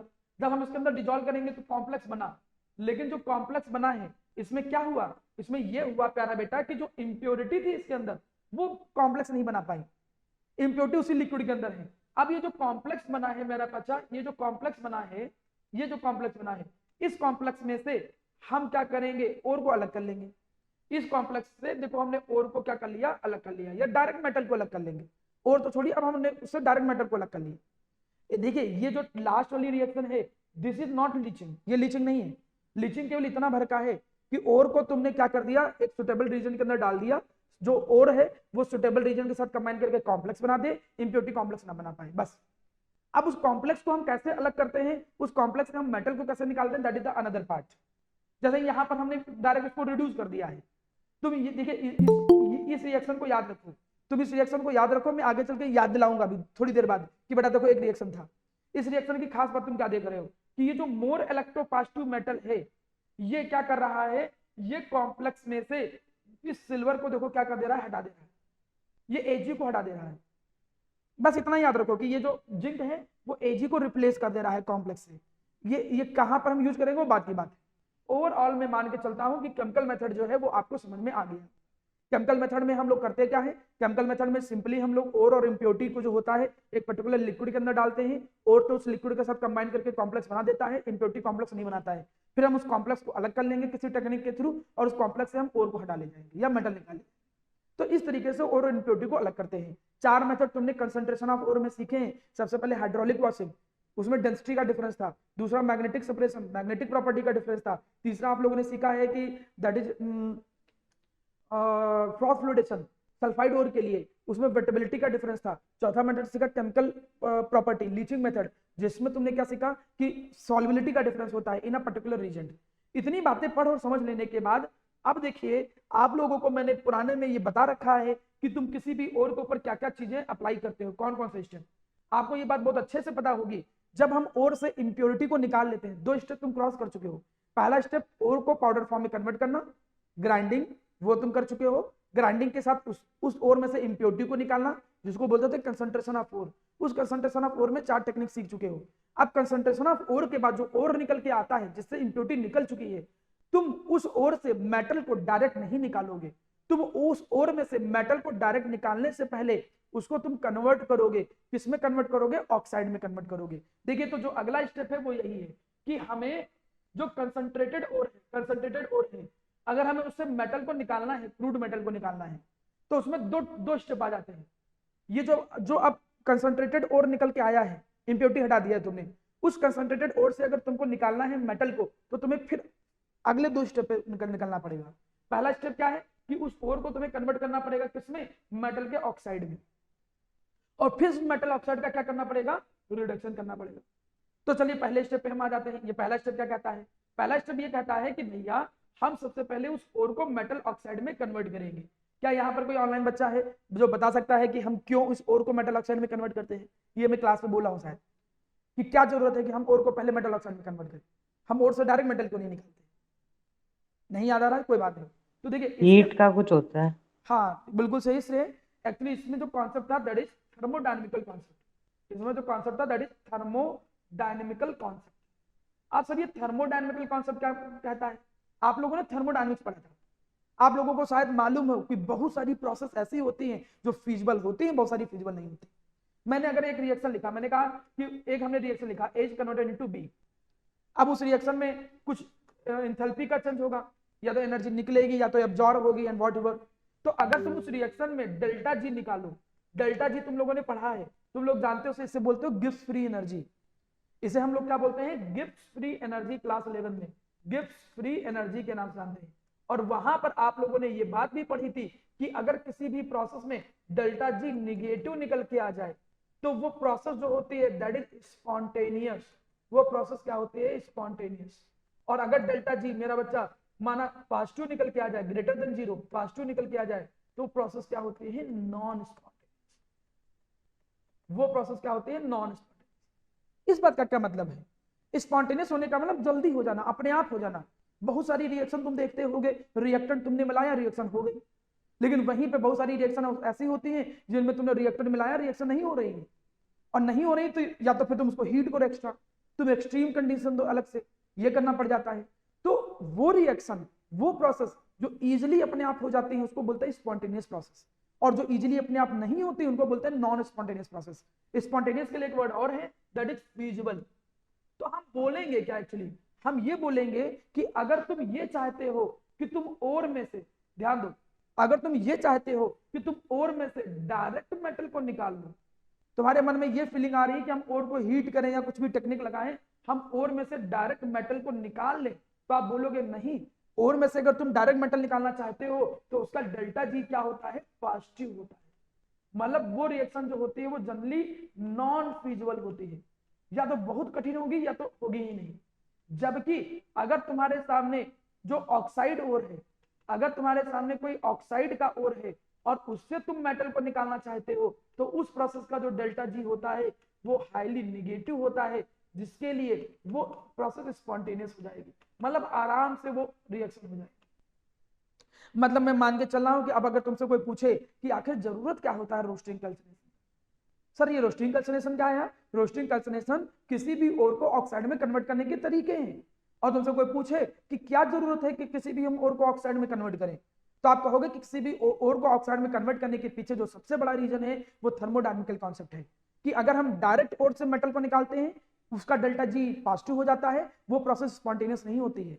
लेकिन अगर हम उसको ऑक्साइड में कन्वर्ट कर दें और तुम ऑक्साइड ओर से मेटल को निकालते हो, the process of extraction of metal from the oxide ore, oxide ore से मेटल को निकालने की जो प्रोसेस होती है वो हाईली फिजिबल होती है, क्योंकि उसका जो डेल्टा जी होता है वो हाईली निगेटिव होता है। डेल्टा जी निगेटिव होने के कारण ऑक्साइड ओर से मेटल को निकालना आसान होता है। जब आपको मालूम है कि ऑक्साइड के ओर से मेटल को निकालना आसान है तो तुम क्यों नहीं उसको ऑक्साइड में कन्वर्ट करोगे, तो उसको तुम ऑक्साइड में कन्वर्ट करते हो। अब किसी भी ओर को ऑक्साइड में कन्वर्ट करने के दो तरीके होते हैं, ये आप लोगों ने क्लास 10th में पढ़ा है और बहुत ज्यादा ये पूछा भी जाता था। एक को हम बोलते हैं that is known as roasting, और दूसरा होता है जिसे हम लोग जानते हैं किस नाम पे, कैल्सिनेशन के नाम से। The first is known as roasting और दूसरा जो मेथड होता है उसे बोलते हैं कैल्सिनेशन। रोस्टिंग क्या होता है? रोस्टिंग का मतलब होता है हीट, हीटिंग दोनों में होता है, दोनों में हम हीटिंग करते हैं। ये क्या होता है? Heat in presence of sufficient oxygen, in presence of sufficient oxygen. कहां पर की सफिशिएंट ऑक्सीजन की प्रेजेंस में जब तुम हीट करो तब हम उस प्रोसेस को रोस्टिंग बोलते हैं। रोस्टिंग किसको कहते हैं? कि अगर तुम सफिशिएंट ऑक्सीजन की प्रेजेंस में हीट करो। लेकिन वही कैल्सिनेशन जो है वो क्या होता है? This is the heating of ore. ये क्या होता है? ये होता है heating of ore in limited supply of oxygen. जब तुम 10th में पढ़ते थे तो ऑप्शंस याद करते थे, वहां ऑप्शंस पढ़ते थे, लेकिन ऑप्शंस का मतलब लिमिटेड यहां याद रखो, बहुत कम। ऑप्शंस भी सही है लेकिन यहां पर अब अच्छा वर्ड हो गया लिमिटेड, मतलब बहुत ही कम, लिमिटेड सप्लाई ऑफ ऑक्सीजन। जब ऑक्सीजन बहुत ज्यादा हो उसकी प्रेजेंस में तुम हीट करो तो उसे हम बोलते हैं रोस्टिंग, लेकिन जब ऑक्सीजन की बहुत लिमिटेड सप्लाई हो तब तुम जो हीट करते हो उसको बोलते हैं कैल्सिनेशन। तो जैसे ही तुम रोस्टिंग कैल्सिनेशन करोगे उससे वो क्या हो जाएगा? ऑक्साइड ओर में कन्वर्ट हो। अब मैं तुमको एक बात बताऊं, एक चीज और, कि जो रोस्टिंग होता था मेरा बच्चा, रोस्टिंग वो किसका किया जाता था? रोस्टिंग किया जाता है sulphide ore. Roasting is done of the sulphide ore. हम सल्फाइड ओर की क्या करते हैं? रोस्टिंग करते हैं। वहीं पे जो कार्बोनेट के ओर होते हैं, कार्बोनेट, जो कार्बोनेट के ओर होते हैं मेरा बच्चा, उनका हम लोग क्या करते हैं? कैल्सिनेशन। जैसे मैं एग्जांपल लिखूं, जैसे मैंने एक एग्जांपल लिखा, मैंने कहा माना ZnH जिंक सल्फाइड है। अब मैंने तुमने उसको ऑक्सीजन की प्रेजेंस में सफिशिएंट, बढ़िया अच्छी ऑक्सीजन की प्रेजेंस में, उसकी प्रेजेंस में हीट किया तो ये क्या बना देगा? This is form zinc oxide, plus वो जो बाई प्रोडक्ट बनाना होगा वो बाई प्रोडक्ट फॉर्म देगा। बैलेंस आप कर लीजिएगा, अगर बैलेंसिंग करना है तो कोई बहुत बड़ा एस्पेक्ट नहीं है। आप यहाँ पर 4 लिख दीजिए, यहाँ पर 2 लिख दीजिए, बैलेंस कर लीजिएगा, वो हो जाएगा। वो 3 करना पड़ेगा, वो हो जाएगा, ठीक है, इतना टाइम नहीं। तो अब आपने क्या देखा कि जो जिंक सल्फाइड होता है, जिंक सल्फाइड, उसको जब तुम सफिशिएंट ऑक्सीजन की प्रेजेंस में हीट करते हो तब देखो वो ऑक्साइड में कन्वर्ट होता है। तो किसी भी ओर को ऑक्सीजन की सफिशिएंट सप्लाई में हीट करके ऑक्साइड में कन्वर्ट करने की जो प्रोसेस, दैट इज रोस्टिंग। लेकिन कार्बोनेट में क्या करते हैं? कार्बोनेट के जो ओर होते हैं उनमें तुम बिना ऑक्सीजन की सप्लाई के, बिना ऑक्सीजन के तुम उसको हीट करते हो, बहुत कम या तो प्रेजेंस हो, तब भी वो ऑक्साइड में कन्वर्ट हो जाता है। देखिए कुछ ऐसे कन्वर्ट हो गया, देखिए कैल्शियम ऑक्साइड में कन्वर्ट हो गया कि नहीं कन्वर्ट हो गया। तो इस प्रोसेस को हम लोग बोलते हैं कैल्सिनेशन और इस प्रोसेस को हम लोग बोलते हैं रोस्टिंग। और वैसे भी अंदाजा तो लग ही रहा होगा, इसमें जब पहले से ऑक्सीजन है तो और ऑक्सीजन देने की जरूरत ही क्या है? और सल्फाइड में तो ऑक्सीजन था ही नहीं, तो ऑक्सीजन की प्रेजेंस चाहिए। एक बात और समझ ले प्यारा बेटा, सर क्या यही एक फायदा है कि ऑक्साइड में कन्वर्ट होने से मेटल जल्दी निकल जाएगा? क्या केवल यही फायदा है? हम कहेंगे नहीं बेटा, इसके अलावा कुछ अदर भी बेनिफिट है। There are some other benefits, कुछ अदर भी बेनिफिट्स होते हैं। अब सर अदर बेनिफिट्स में क्या जाते हैं? अदर बेनिफिट्स में जैसे पहला बेनिफिट, मान के चलो कि जो मॉइस्चर होता है, मॉइस्चर उसको बाहर निकालने में, मॉइस्चर को रिमूव करने में हेल्प मिलता है। मान के चलो कि ओर के अंदर मॉइस्चर है और तुम हीट कर रहे हो तो ओर का जो मॉइस्चर होगा वो भी दूर हो जाएगा, भी रोस्टिंग कैल्सिनेशन का फायदा है। इसके अलावा कुछ और भी है, सम वोलाटाइल इंप्योरिटी, कुछ जो वोलाटाइल इंप्योरिटी होती हैं उन वोलाटाइल इंप्योरिटी को रिमूव करने में हेल्प मिल जाती है, उनको रिमूव करने में हेल्प मिल जाती है। जैसे मान चलो कि अगर कार्बन की इंप्योरिटी होगी, मान चलो अगर कार्बन एज इंप्योरिटी है तो ऑक्सीजन के साथ कंबाइन करके वो CO2 बना देगा। नाइट्रोजन की इंप्योरिटी है तो ऑक्सीजन के साथ कंबाइन करके NO2 बना देगा। सल्फर की इंप्योरिटी है तो इसके साथ SO2 बना देगा, और ये गैस जो होंगी वो निकल जाएंगी, और से गैस निकल जाएंगी। तो कार्बन, नाइट्रोजन, सल्फर, इस तरीके की जो ओर के अंदर इंप्योरिटी होती हैं वो भी ऑक्सीजन की प्रेजेंस में रोस्टिंग करने से वो ऑक्सीडाइज होकर CO2, SO2 रेस्पेक्टिव बनाते हैं और वो बाहर चली जाएंगे। तो 2 एक्स्ट्रा फायदे हमें हैं रोस्टिंग के। एक तो फायदा कि जो मॉइस्चर होता है वो दूर हो जाता है, प्लस जो कुछ इंप्योरिटी होती है उनको भी दूर करने में हेल्प करता है। अदरवाइज जो बेसिक कॉन्सेप्ट है किसी भी ओर को, जो बेसिक कॉन्सेप्ट है किसी भी ओर को ऑक्साइड में कन्वर्ट करना, उसके पीछे कॉन्सेप्ट क्या है कि अगर हम ओर को ऑक्साइड में कन्वर्ट कर देंगे तो ऑक्साइड से मेटल निकालना ज्यादा आसान है इन कंपैरिजन टू ओर से मेटल निकालने के। इसलिए हम सबसे पहले किसी भी ओर को ऑक्साइड में कन्वर्ट करते हैं, और ऑक्साइड में कन्वर्ट करने के दो तरीके हैं, number 1 roasting, number 2 calcination. Roasting का मतलब ऑक्सीजन की प्रेजेंस में हीट करना, कैल्सिनेशन का मतलब ऑक्सीजन की एब्सेंस में हीट करना। अब वो डिपेंड करेगा, सल्फाइड के ओर होंगे तो हमेशा रोस्टिंग होगा, कार्बोनेट के ओर होंगे तो कैल्सिनेशन होगा। लेकिन तुम्हें ऑक्साइड में कन्वर्ट करने की जरूरत है। अगर और पहले से ही ऑक्साइड में है तो छोड़ दो, तो शायद एक दो बार छोड़ दो कि तब उतनी ज्यादा जरूरत नहीं पड़ती, लेकिन तब भी तुम थोड़ा बहुत हीट कर दो, कैल्सिनेशन तो कर ही दो, क्योंकि कैल्सिनेशन कर दोगे तो मॉइस्चर गायब हो जाएगा, थोड़ी इंप्योरिटी गायब हो जाएंगी, ये सब फायदा हो जाता है। चलिए आगे देखो। तो ये तुमने देखिए स्टेप ये कवर कर लिया। अब इस स्टेप के बाद नेक्स्ट स्टेप आता है रिडक्शन। हमने तो जो ओर था उसको ऑक्साइड में कन्वर्ट कर लिया। जैसे जैसे मैं एक एग्जांपल देता हूं, जैसे तुम यहां पर एग्जांपल समझो प्यारा बेटा, देखिए एग्जांपल समझो। जैसे हमने कहा माना जिंक ऑक्साइड है, एक एग्जांपल समझो। आपने कहा कि सर जी जिंक का सल्फाइड ओर था, ये जिंक का सल्फाइड ओर था, आपने जबरदस्ती हमको उसको रोस्टिंग करवाई। हमने कहा बेटा बिल्कुल करवाई, तो सर उससे क्या हुआ, ऑक्साइड में कन्वर्ट हो गया। तो अब ऑक्साइड में कन्वर्ट होगा क्योंकि इससे मेटल निकालना आसान है। लेकिन ऑक्साइड से मेटल तुम निकालते कैसे हो, जब इस ऑक्साइड में से ऑक्सीजन को हटाओगे, और ऑक्सीजन के हटाने को क्या कहते हैं, रिडक्शन। मतलब तुम ऑक्साइड ओर का क्या करोगे, रिडक्शन करोगे। जब तुम ऑक्साइड ओर का रिडक्शन करोगे तभी तो मेटल मिलेगा, अदरवाइज मेटल कैसे मिलेगा। तो सीधी सी कहानी ये है कि जो ऑक्साइड ओर होता है, जो भी ऑक्साइड ओर होता है, जब तुम उसका क्या करते हो, रिडक्शन करते हो, तो उससे तुम्हें क्या मिलता है, क्रूड मेटल मिलता है। तुम्हें क्या मिलता है, क्रूड मेटल मिलता है। मतलब तुम्हें ऑक्साइड ओर का रिडक्शन करना पड़ेगा, ऑक्सीजन हटाना रिडक्शन। तो जब ऑक्साइड ओर का रिडक्शन करोगे तब जाके तुम्हें मेटल मिलेगा। अब ये रिडक्शन करने के बहुत सारी टेक्निक होती है। आइए चलिए एक एक करके सारी टेक्निक को समझने की कोशिश करते हैं। देखिए हमने सबसे पहली टेक्निक क्या देखा, auto reduction. The first technique is auto reduction. Auto reduction क्या है, देखिए ऑटो, वैसे तो रिडक्शन कई तरीके के होते हैं, तुम रिड्यूसिंग एजेंट की हेल्प ले लो, लेकिन कई बार क्या होता है कि हम रिड्यूसिंग एजेंट की हेल्प ही नहीं लेते हैं, वो अपने आप रिड्यूस हो जाता है। जैसे मैं एक एग्जांपल देता हूं, एग्जांपल देखिएगा। जैसे कि प्यारा बेटा तुमने कॉपर का सल्फाइड ओर ले लिया, ठीक, तुमने कॉपर का सल्फाइड ओर ले लिया, तो सबसे पहले तो तुम रोस्टिंग करोगे, क्योंकि सल्फाइड ओर की रोस्टिंग होती है। और रोस्टिंग किया तो तुमने उसको कन्वर्ट कर लिया, किसमें, तुमने उसको कन्वर्ट कर लिया मेरा प्यारा, किसमें, ऑक्साइड में कन्वर्ट कर लिया, ऑक्साइड में कन्वर्ट कर लिया। थोड़ा सा बैलेंसिंग पे ध्यान दीजिएगा, बैलेंसिंग आप कर ले जाओगे, वो बहुत कठिन नहीं है, ठीक है, वो लिखने बैठोगे तो अपने आप बैलेंस हो जाएगा। तो सबसे पहले तो तुमने सल्फाइड ओर को किसमें कन्वर्ट कर लिया, ऑक्साइड में कन्वर्ट कर लिया। अब तुम्हारे सामने जिम्मेदारी क्या है कि इस हम ऑक्साइड ओर का रिडक्शन करें। रिडक्शन के लिए तुम्हें जरूरत किसकी होगी, रिड्यूसिंग एजेंट की। लेकिन यहां पर बड़ा सरप्राइज तरीके से ये होता है कि ये जो ओर होता है यही रिड्यूसिंग एजेंट का काम करने लगता है। यही जो ओर होता है, यही ओर मेरा बच्चा फिर से यहां आ जाएगा C2H, और ये इस ऑक्साइड ओर को क्या कर देगा, ये इस ऑक्साइड ओर को रिड्यूस कर देगा।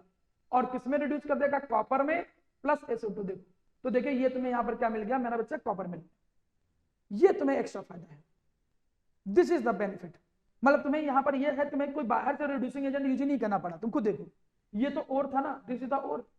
तुमने पहले उस ओर को क्या किया, कन्वर्ट किया उसमें ऑक्साइड में, फिर थोड़ा सा और जो बच गया है उसी ओर को तुमने यहां डाल दिया, वही और उस ऑक्साइड को रिड्यूस कर दिया किसमें, मेटल में, देखो रिड्यूस कर दिया। मतलब यहां पर तुमने कोई बाहर से रिड्यूसिंग एजेंट नहीं यूज किया है, यहां पर जो पहले से ओर था वही ओर रिड्यूसिंग एजेंट का काम कर रहा है। इसीलिए इस तरीके के रिडक्शन को हम एक नाम देते हैं, that is known as auto reduction. What is the name of this, इसको हम जानते हैं किस नाम से मेरा प्यारा बच्चा, ऑटो रिडक्शन के नाम से जानते हैं। इसको ऑटो रिडक्शन की टेक्निक कहते हैं। यहां पर कोई बाहर से रिड्यूसिंग एजेंट यूज ही नहीं किया गया। Now another method, smelting. Smelting तो जानते होगे, कॉमन मेथड। अगर तुम रिड्यूसिंग एजेंट लो, और रिड्यूसिंग एजेंट कौन लो, कार्बन या कार्बन मोनोऑक्साइड। अगर तुम कार्बन और carbon monoxide as reducing agent लेते हो, तो कार्बन और कार्बन मोनोऑक्साइड को हेल्प लो अगर तुम रिड्यूसिंग एजेंट के लिए। बहुत सारे एग्जांपल लिख सकता हूं, देखिए जैसे ZNO है, इसमें कार्बन डाल दिया, ये क्या बना देगा, जिंक प्लस CO, या इसके अंदर तुम CO डाल दो, कार्बन मोनोऑक्साइड डाल दीजिए, तो ये डाल दोगे तो क्या दे देगा, जिंक प्लस CO2 दे देगा। देखो ये क्या है, ये रिड्यूसिंग एजेंट के तौर पे यूज हो रहे हैं। अगर प्यारा बेटा आप क्या करते हो कि रिडक्शन के दौरान कार्बन और कार्बन मोनोऑक्साइड को as a reducing agent use कर रहे हो, तो उस रिडक्शन मेथड को हम एक नाम देते हैं, that is known as smelting. उसे हम स्मेल्टिंग का नाम देते हैं। स्मेल्टिंग के अलावा तुम एल्यूमिनोथर्मिक रिडक्शन, एल्यूमिनियम की हेल्प से भी रिडक्शन कर सकते हो। Aluminium is a good reducing agent, aluminium एक अच्छा रिड्यूसिंग एजेंट होता है, आपने पढ़ा भी है इसको। देखिए कैसे, जैसे तुम 10th की एक रिएक्शन मुझे याद है तुमने शायद ये पढ़ा हो कि Fe2O3 जैसे ही हम इसके अंदर क्या डालते थे, एल्यूमिनियम डालते थे, तो एल्यूमिनियम डालने पे ये बना क्या देता था, Al2O3 प्लस Fe। देखिए रिड्यूस हो गया कि नहीं रिड्यूस हो गया, ये देखिए रिडक्शन हुआ कि नहीं रिडक्शन हुआ, रिडक्शन हो गया। यहाँ पर किसकी हेल्प से रिडक्शन हुआ है, एल्यूमिनियम की मदद से। बहुत सारी हीट भी निकलती थी, हाईली एक्सोथर्मिक रिएक्शन थी। मैं आपको याद दिलाऊं, तुमने 10th में पढ़ा होगा कि जो रेलवे ट्रैक होते हैं, उन रेलवे ट्रैक को जोड़ने के लिए इस रिएक्शन का हेल्प लेते थे। थर्माइट रिएक्शन का नाम भी इसको देते हैं। मतलब तुम रिडक्शन कर सकते हो बहुत सारे और का by the help of some active metal like aluminium. तो तुमने कौन कौन रिडक्शन मेथड सीखे, या तो तुम रिडक्शन ऑटो रिडक्शन करो, या तो तुम स्मेल्टिंग करो, कार्बन या कार्बन मोनोऑक्साइड की मदद से रिडक्शन करो, या तो फिर मेरा बच्चा तुम एल्यूमिनियम जैसे एक्टिव मेटल से रिडक्शन करो। और भी रिडक्शन की टेक्निक है, देखिए जरा। और भी रिडक्शन की टेक्निक में देखो क्या है, रिडक्शन विद हाइड्रोजन। हम बहुत सारे में केवल hydrogen as a reducing agent use कर सकते हैं, जैसे CuO प्लस हाइड्रोजन ऐड कर दिया, इसमें माना कैटलिस्ट डाल दिया कुछ हमने, जैसे हमने डाला तो ये बना दिया Cu प्लस H2O।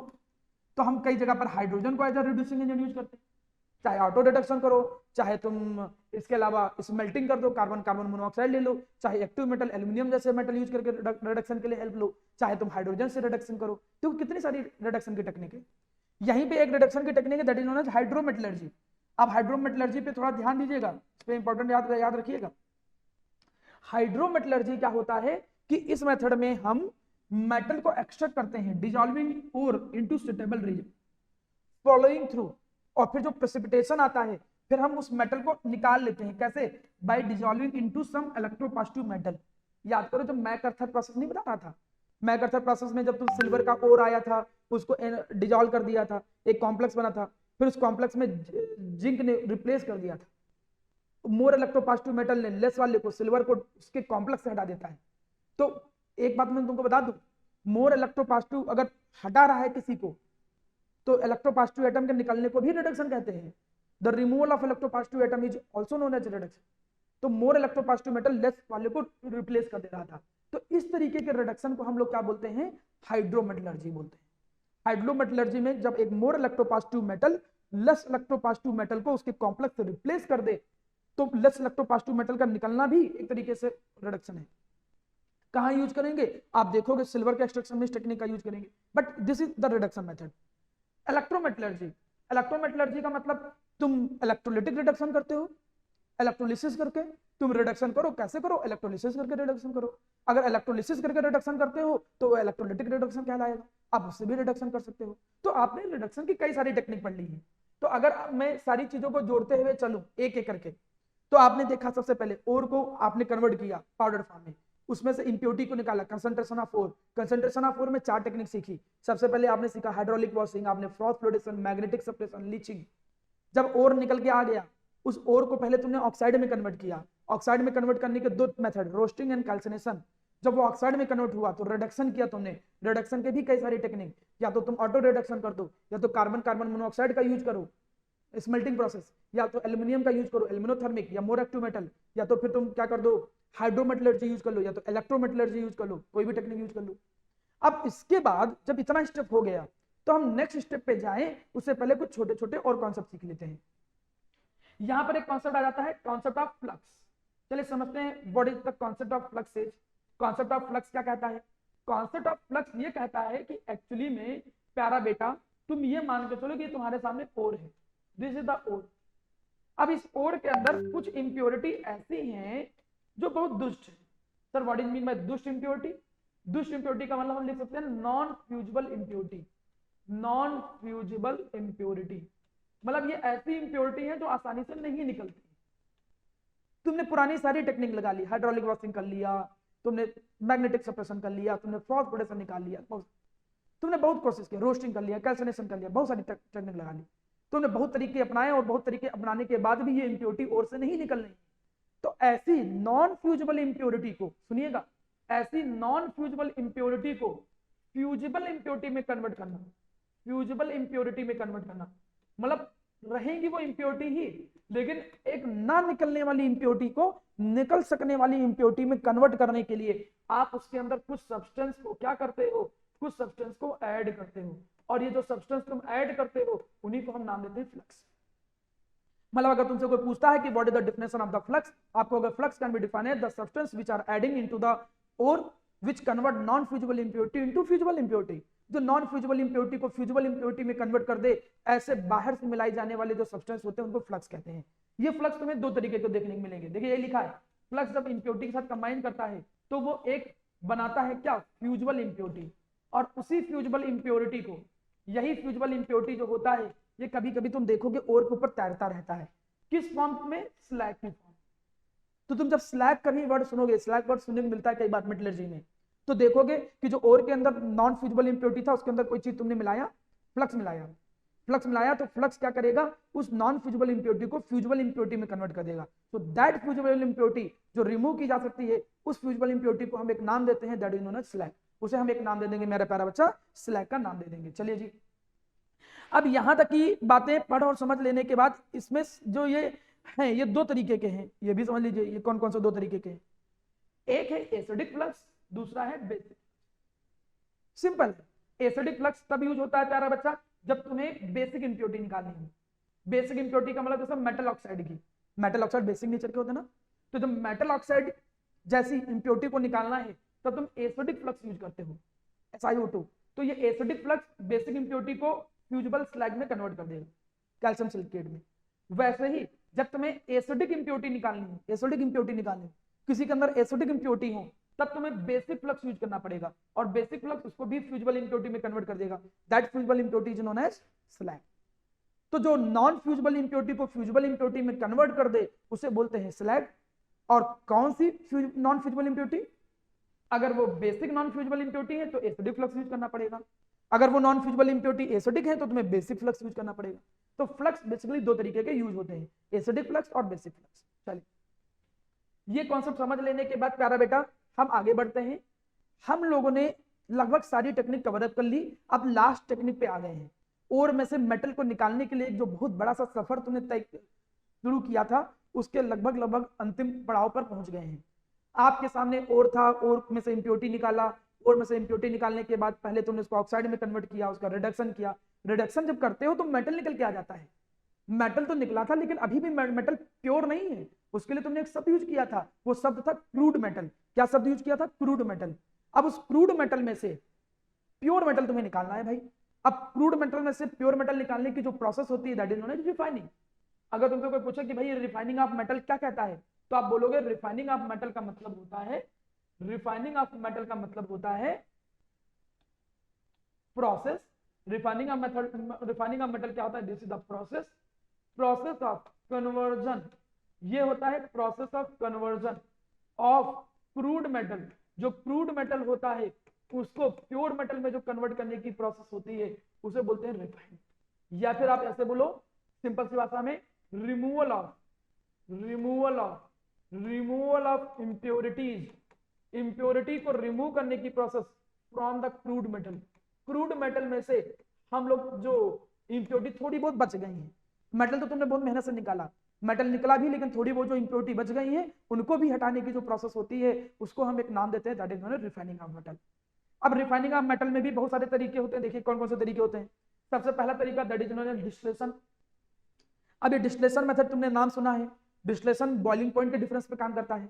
अब ये जितने भी तुम, अब बेटा ध्यान दीजिए, सभी लोग यहाँ ध्यान दीजिए, रिफाइनिंग के जितने भी मेथड याद कर रहे हो उनमें तुम ये याद रखो कि कौन से मेटल के लिए कौन सी टेक्निक यूज होती है। क्योंकि अभी जल्दी में पिछले साल अगर मैं छोड़ दूं, पिछले के पिछले साल ये आईआईटी के मेंस पेपर में आया था, एक नाम लिख दिए थे, ऐसा माना कोई भी नाम लिख दे, चाहे बताओ निकल के लिए हम कौन सा रिफाइनिंग मेथड यूज करते हैं, तो निकल के लिए मॉन्ड प्रोसेस यूज करते हैं। तो आप मेटल के हिसाब से याद रखिए कौन सी रिफाइनिंग टेक्निक यूज होती है। तो आप देखोगे कि डिस्टिलेशन मेथड ज्यादातर उन मेटल के लिए यूज होता है जिनका बॉइलिंग पॉइंट कम होता है, जैसे जिंक, जैसे मरकरी। आपको चार ऑप्शन दे देगा, कहेगा जिंक और मरकरी, जिंक या मरकरी के लिए बताओ कौन सी रिफाइनिंग टेक्निक यूज होगी, तो आप टिक कर लोगे किसमें, डिस्टिलेशन मेथड। क्यों, क्योंकि जिंक और मरकरी जो होते हैं इनका बॉइलिंग पॉइंट कम होता है। डिस्टिलेशन का कॉन्सेप्ट तुम्हें मालूम है, डिस्टिलेशन का कॉन्सेप्ट किस पे बेस होता है, this is based on the difference in boiling point. ये किस पर बेस होता है, this is based on the difference in boiling point. ये बॉइलिंग पॉइंट के डिफरेंस पर बेस होता है, this is based on the difference in boiling point. इसमें क्या होता है कि किसी एक का जो बॉइलिंग पॉइंट होता है, बॉइलिंग पॉइंट ऑफ जो मेटल होता है वो लो है, वो मेटल का बॉइलिंग पॉइंट लो है, और जो इसके अंदर इंप्योरिटी थी उस इंप्योरिटी का जो बॉइलिंग पॉइंट है वो मेरा ज्यादा है, इंप्योरिटी का जो बॉइलिंग पॉइंट है वो हाई है। तो अब तुम ये समझ ही रहे हो कि अगर इस मिक्सचर को तुमने हीट किया, अब इस मिक्सचर को जैसे तुम हीट करोगे तो हीट करने पे जो मेटल होगा वो पहले इवोपरेट करके निकल जाएगा। पहले ही क्यों इवोपरेट करके निकलेगा? क्योंकि मेटल का बॉइलिंग पॉइंट कम है, तो मेटल का बॉइलिंग पॉइंट कम है तो वो पहले ही इवोपरेट करके निकल जाएगा, और मेटल जब पहले ही इवोपरेट करके बाहर चला जाएगा तो ऑब्वियस सी बात है मेरा प्यारा बच्चा, इंप्योरिटी वही रह जाएगी। तो डिस्टिलेशन मेथड इसी प्रिंसिपल पे काम करता है। डिस्टिलेशन मेथड किस पे अप्लाई करते हैं? जिंक पे अप्लाई करते हैं, मरकरी पे अप्लाई करते हैं।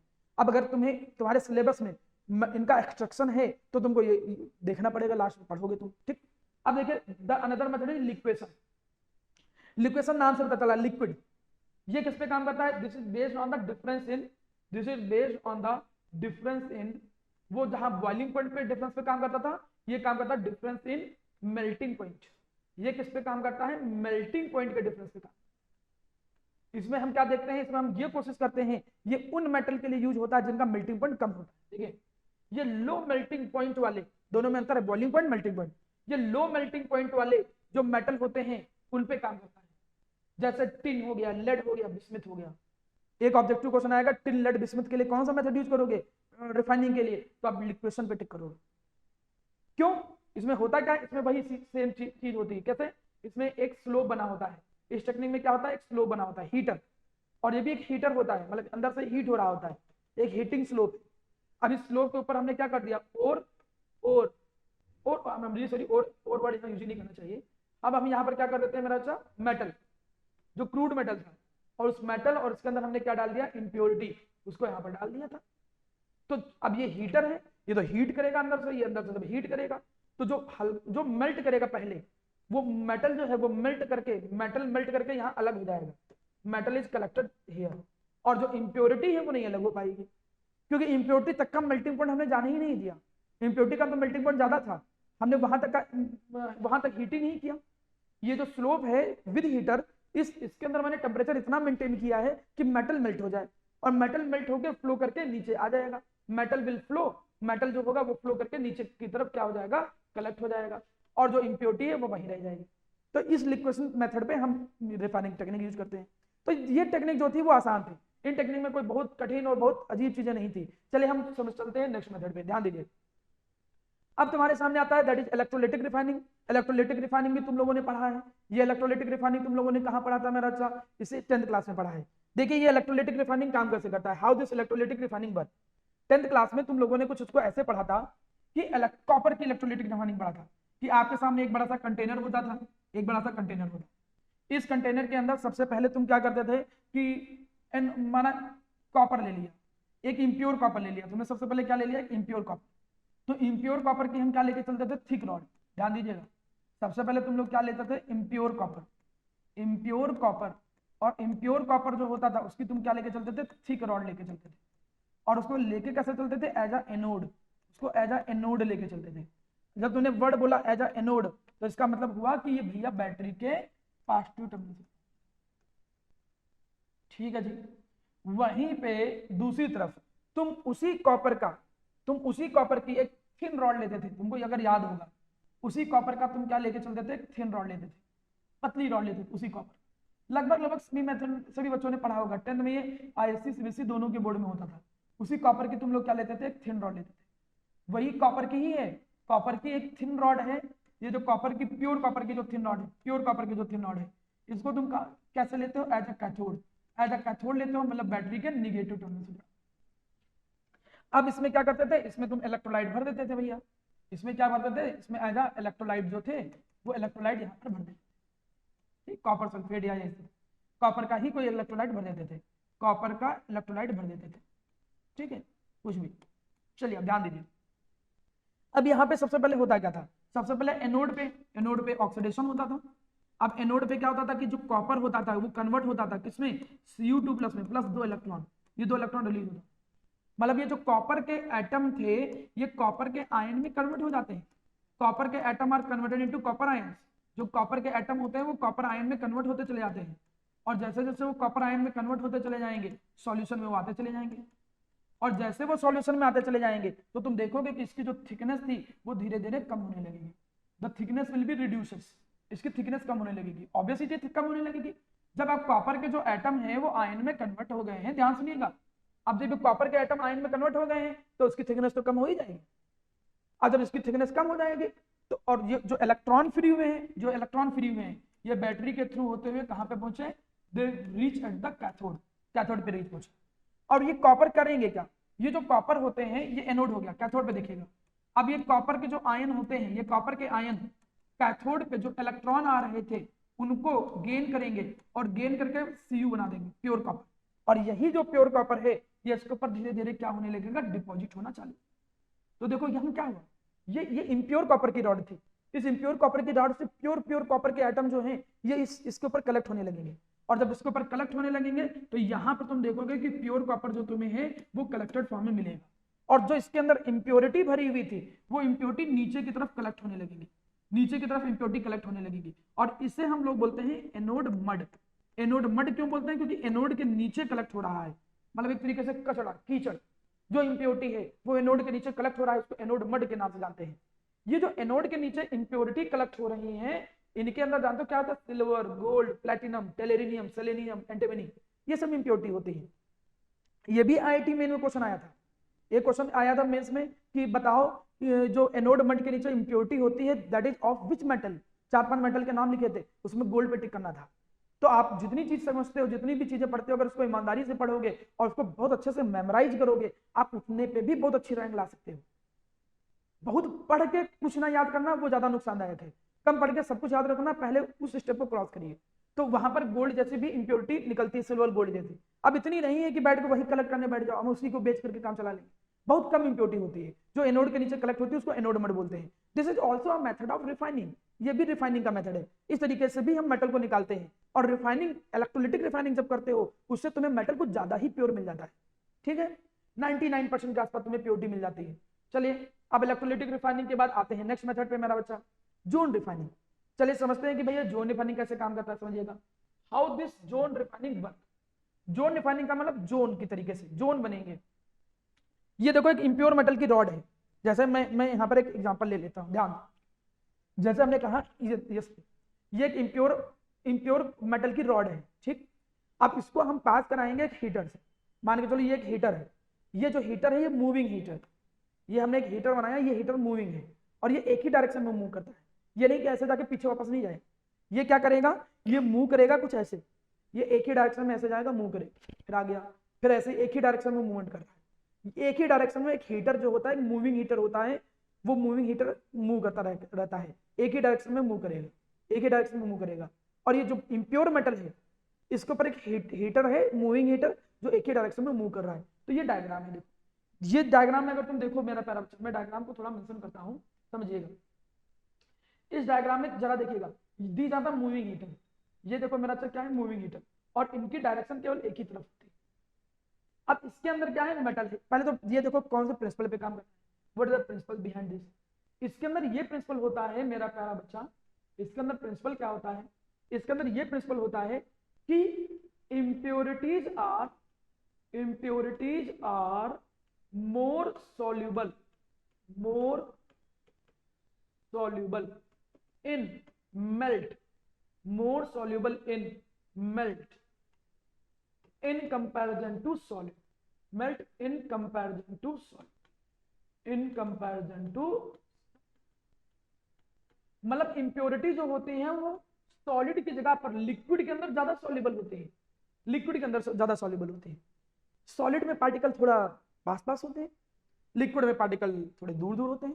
बहुत लोग ऐसे होते हैं जो आराम से रहना चाहते हैं बिल्कुल फैल के, और बहुत लोग होते हैं जो कंजस्टेड में भी काम चला लेते हैं। ये इंप्योरिटी जो है वो कंजस्टेड वाली नहीं है, वो सॉलिड के कंपेरिजन में कहाँ रहना ज्यादा पसंद करती है, जहां पर थोड़ा ज्यादा फ्रीडम हो जाए, ज्यादा स्पेस हो, मेल्ट में वो रहना ज्यादा पसंद करती है। तो अब यही करते हैं, देखो होगा क्या, होगा ये कि ये हीटर माना मूवमेंट कर रहा है, ठीक। अब हीटर माना मूवमेंट किया, माना ये हीटर यहाँ पे आया, ये हीटर यहाँ पे आया, ठीक। जब ये हीटर यहाँ पे आया, सर ये नॉर्मल गैस एटमॉस्फेयर क्यों है, कि मान चलिए वो ये मेटल जो है मेल्ट है, ऐसा ना हो कि मेटल जो है वो नॉर्मली एटमॉस्फेरिक गैस के साथ कंबाइन कर जाए, क्योंकि मेटल तो इजीली कंबाइन करते हैं, तो इसलिए एटमॉस्फेयर कैसा रखा गया, नॉर्मल गैस। तो ये जो मेल्टेड है, अब ये देखो ये दिस इज मोल्टन जोन, ये क्या है, मोल्टन जोन, पिघला हुआ जोन है। अब होता क्या है कि इसके अंदर जो इंप्योरिटी थी, थोड़ा ध्यान समझिए, ये जो इंप्योरिटी थी, पहले तो इंप्योरिटी यहाँ थी, पहले तो हीटर ही जगह पे होगा, शुरू में क्या था, हीटर यहाँ पे था, हीटर यहाँ पे था, तो ये हिस्सा मेल्ट कर गया था। जब ये हिस्सा मेल्ट कर गया था, समझिएगा, पहले ये वाला हिस्सा जो था वो मेल्ट कर गया था। अब जब ये हिस्सा मेल्ट कर गया मेरा प्यारा बच्चा, तो इम्प्योरिटीज के अंदर आराम से घूम रही। हीटर वहां से उठा, आगे चलाया। जब हीटर वहां से उठ के आगे चलाया तो ये तो सॉलिड होने लगा। इधर वाला पोर्शन जब सॉलिड होने लगा, इधर का हिस्सा मेल्ट होने लगा, इधर का लिक्विड हो गया, इधर सॉलिड हो गया, तो वहां की इम्प्योरिटी आगे भाग जाएंगी। वो उधर रास्ता बदलेंगे कि अरे तुम तो सॉलिड में आगे, वो मेल्ट में ज्यादा डिजॉल्व होती है, तो वहां इधर से इम्प्योरिटी उठेंगी और आगे भाग जाएंगी। फिर यहाँ से जो हीटर था वो हीटर यहाँ पे आया, इधर का हिस्सा मेल्ट होने लगा, और फिर इधर की जो इम्प्योरिटी वो आगे आ जाएंगी। तो इससे क्या होती है कि इम्प्योरिटी जो है वो आगे की तरफ शिफ्ट होती रहती है। इम्प्योरिटी आगे की तरफ शिफ्ट होती रहती है क्योंकि मेल्टिंग की डायरेक्शन आगे की तरफ है। आगे की तरफ ज्यादा मेल्टिंग पोर्शन रहता है, तो पीछे से इम्प्योरिटी जो होती है वो आगे की तरफ शिफ्ट होती रहती है।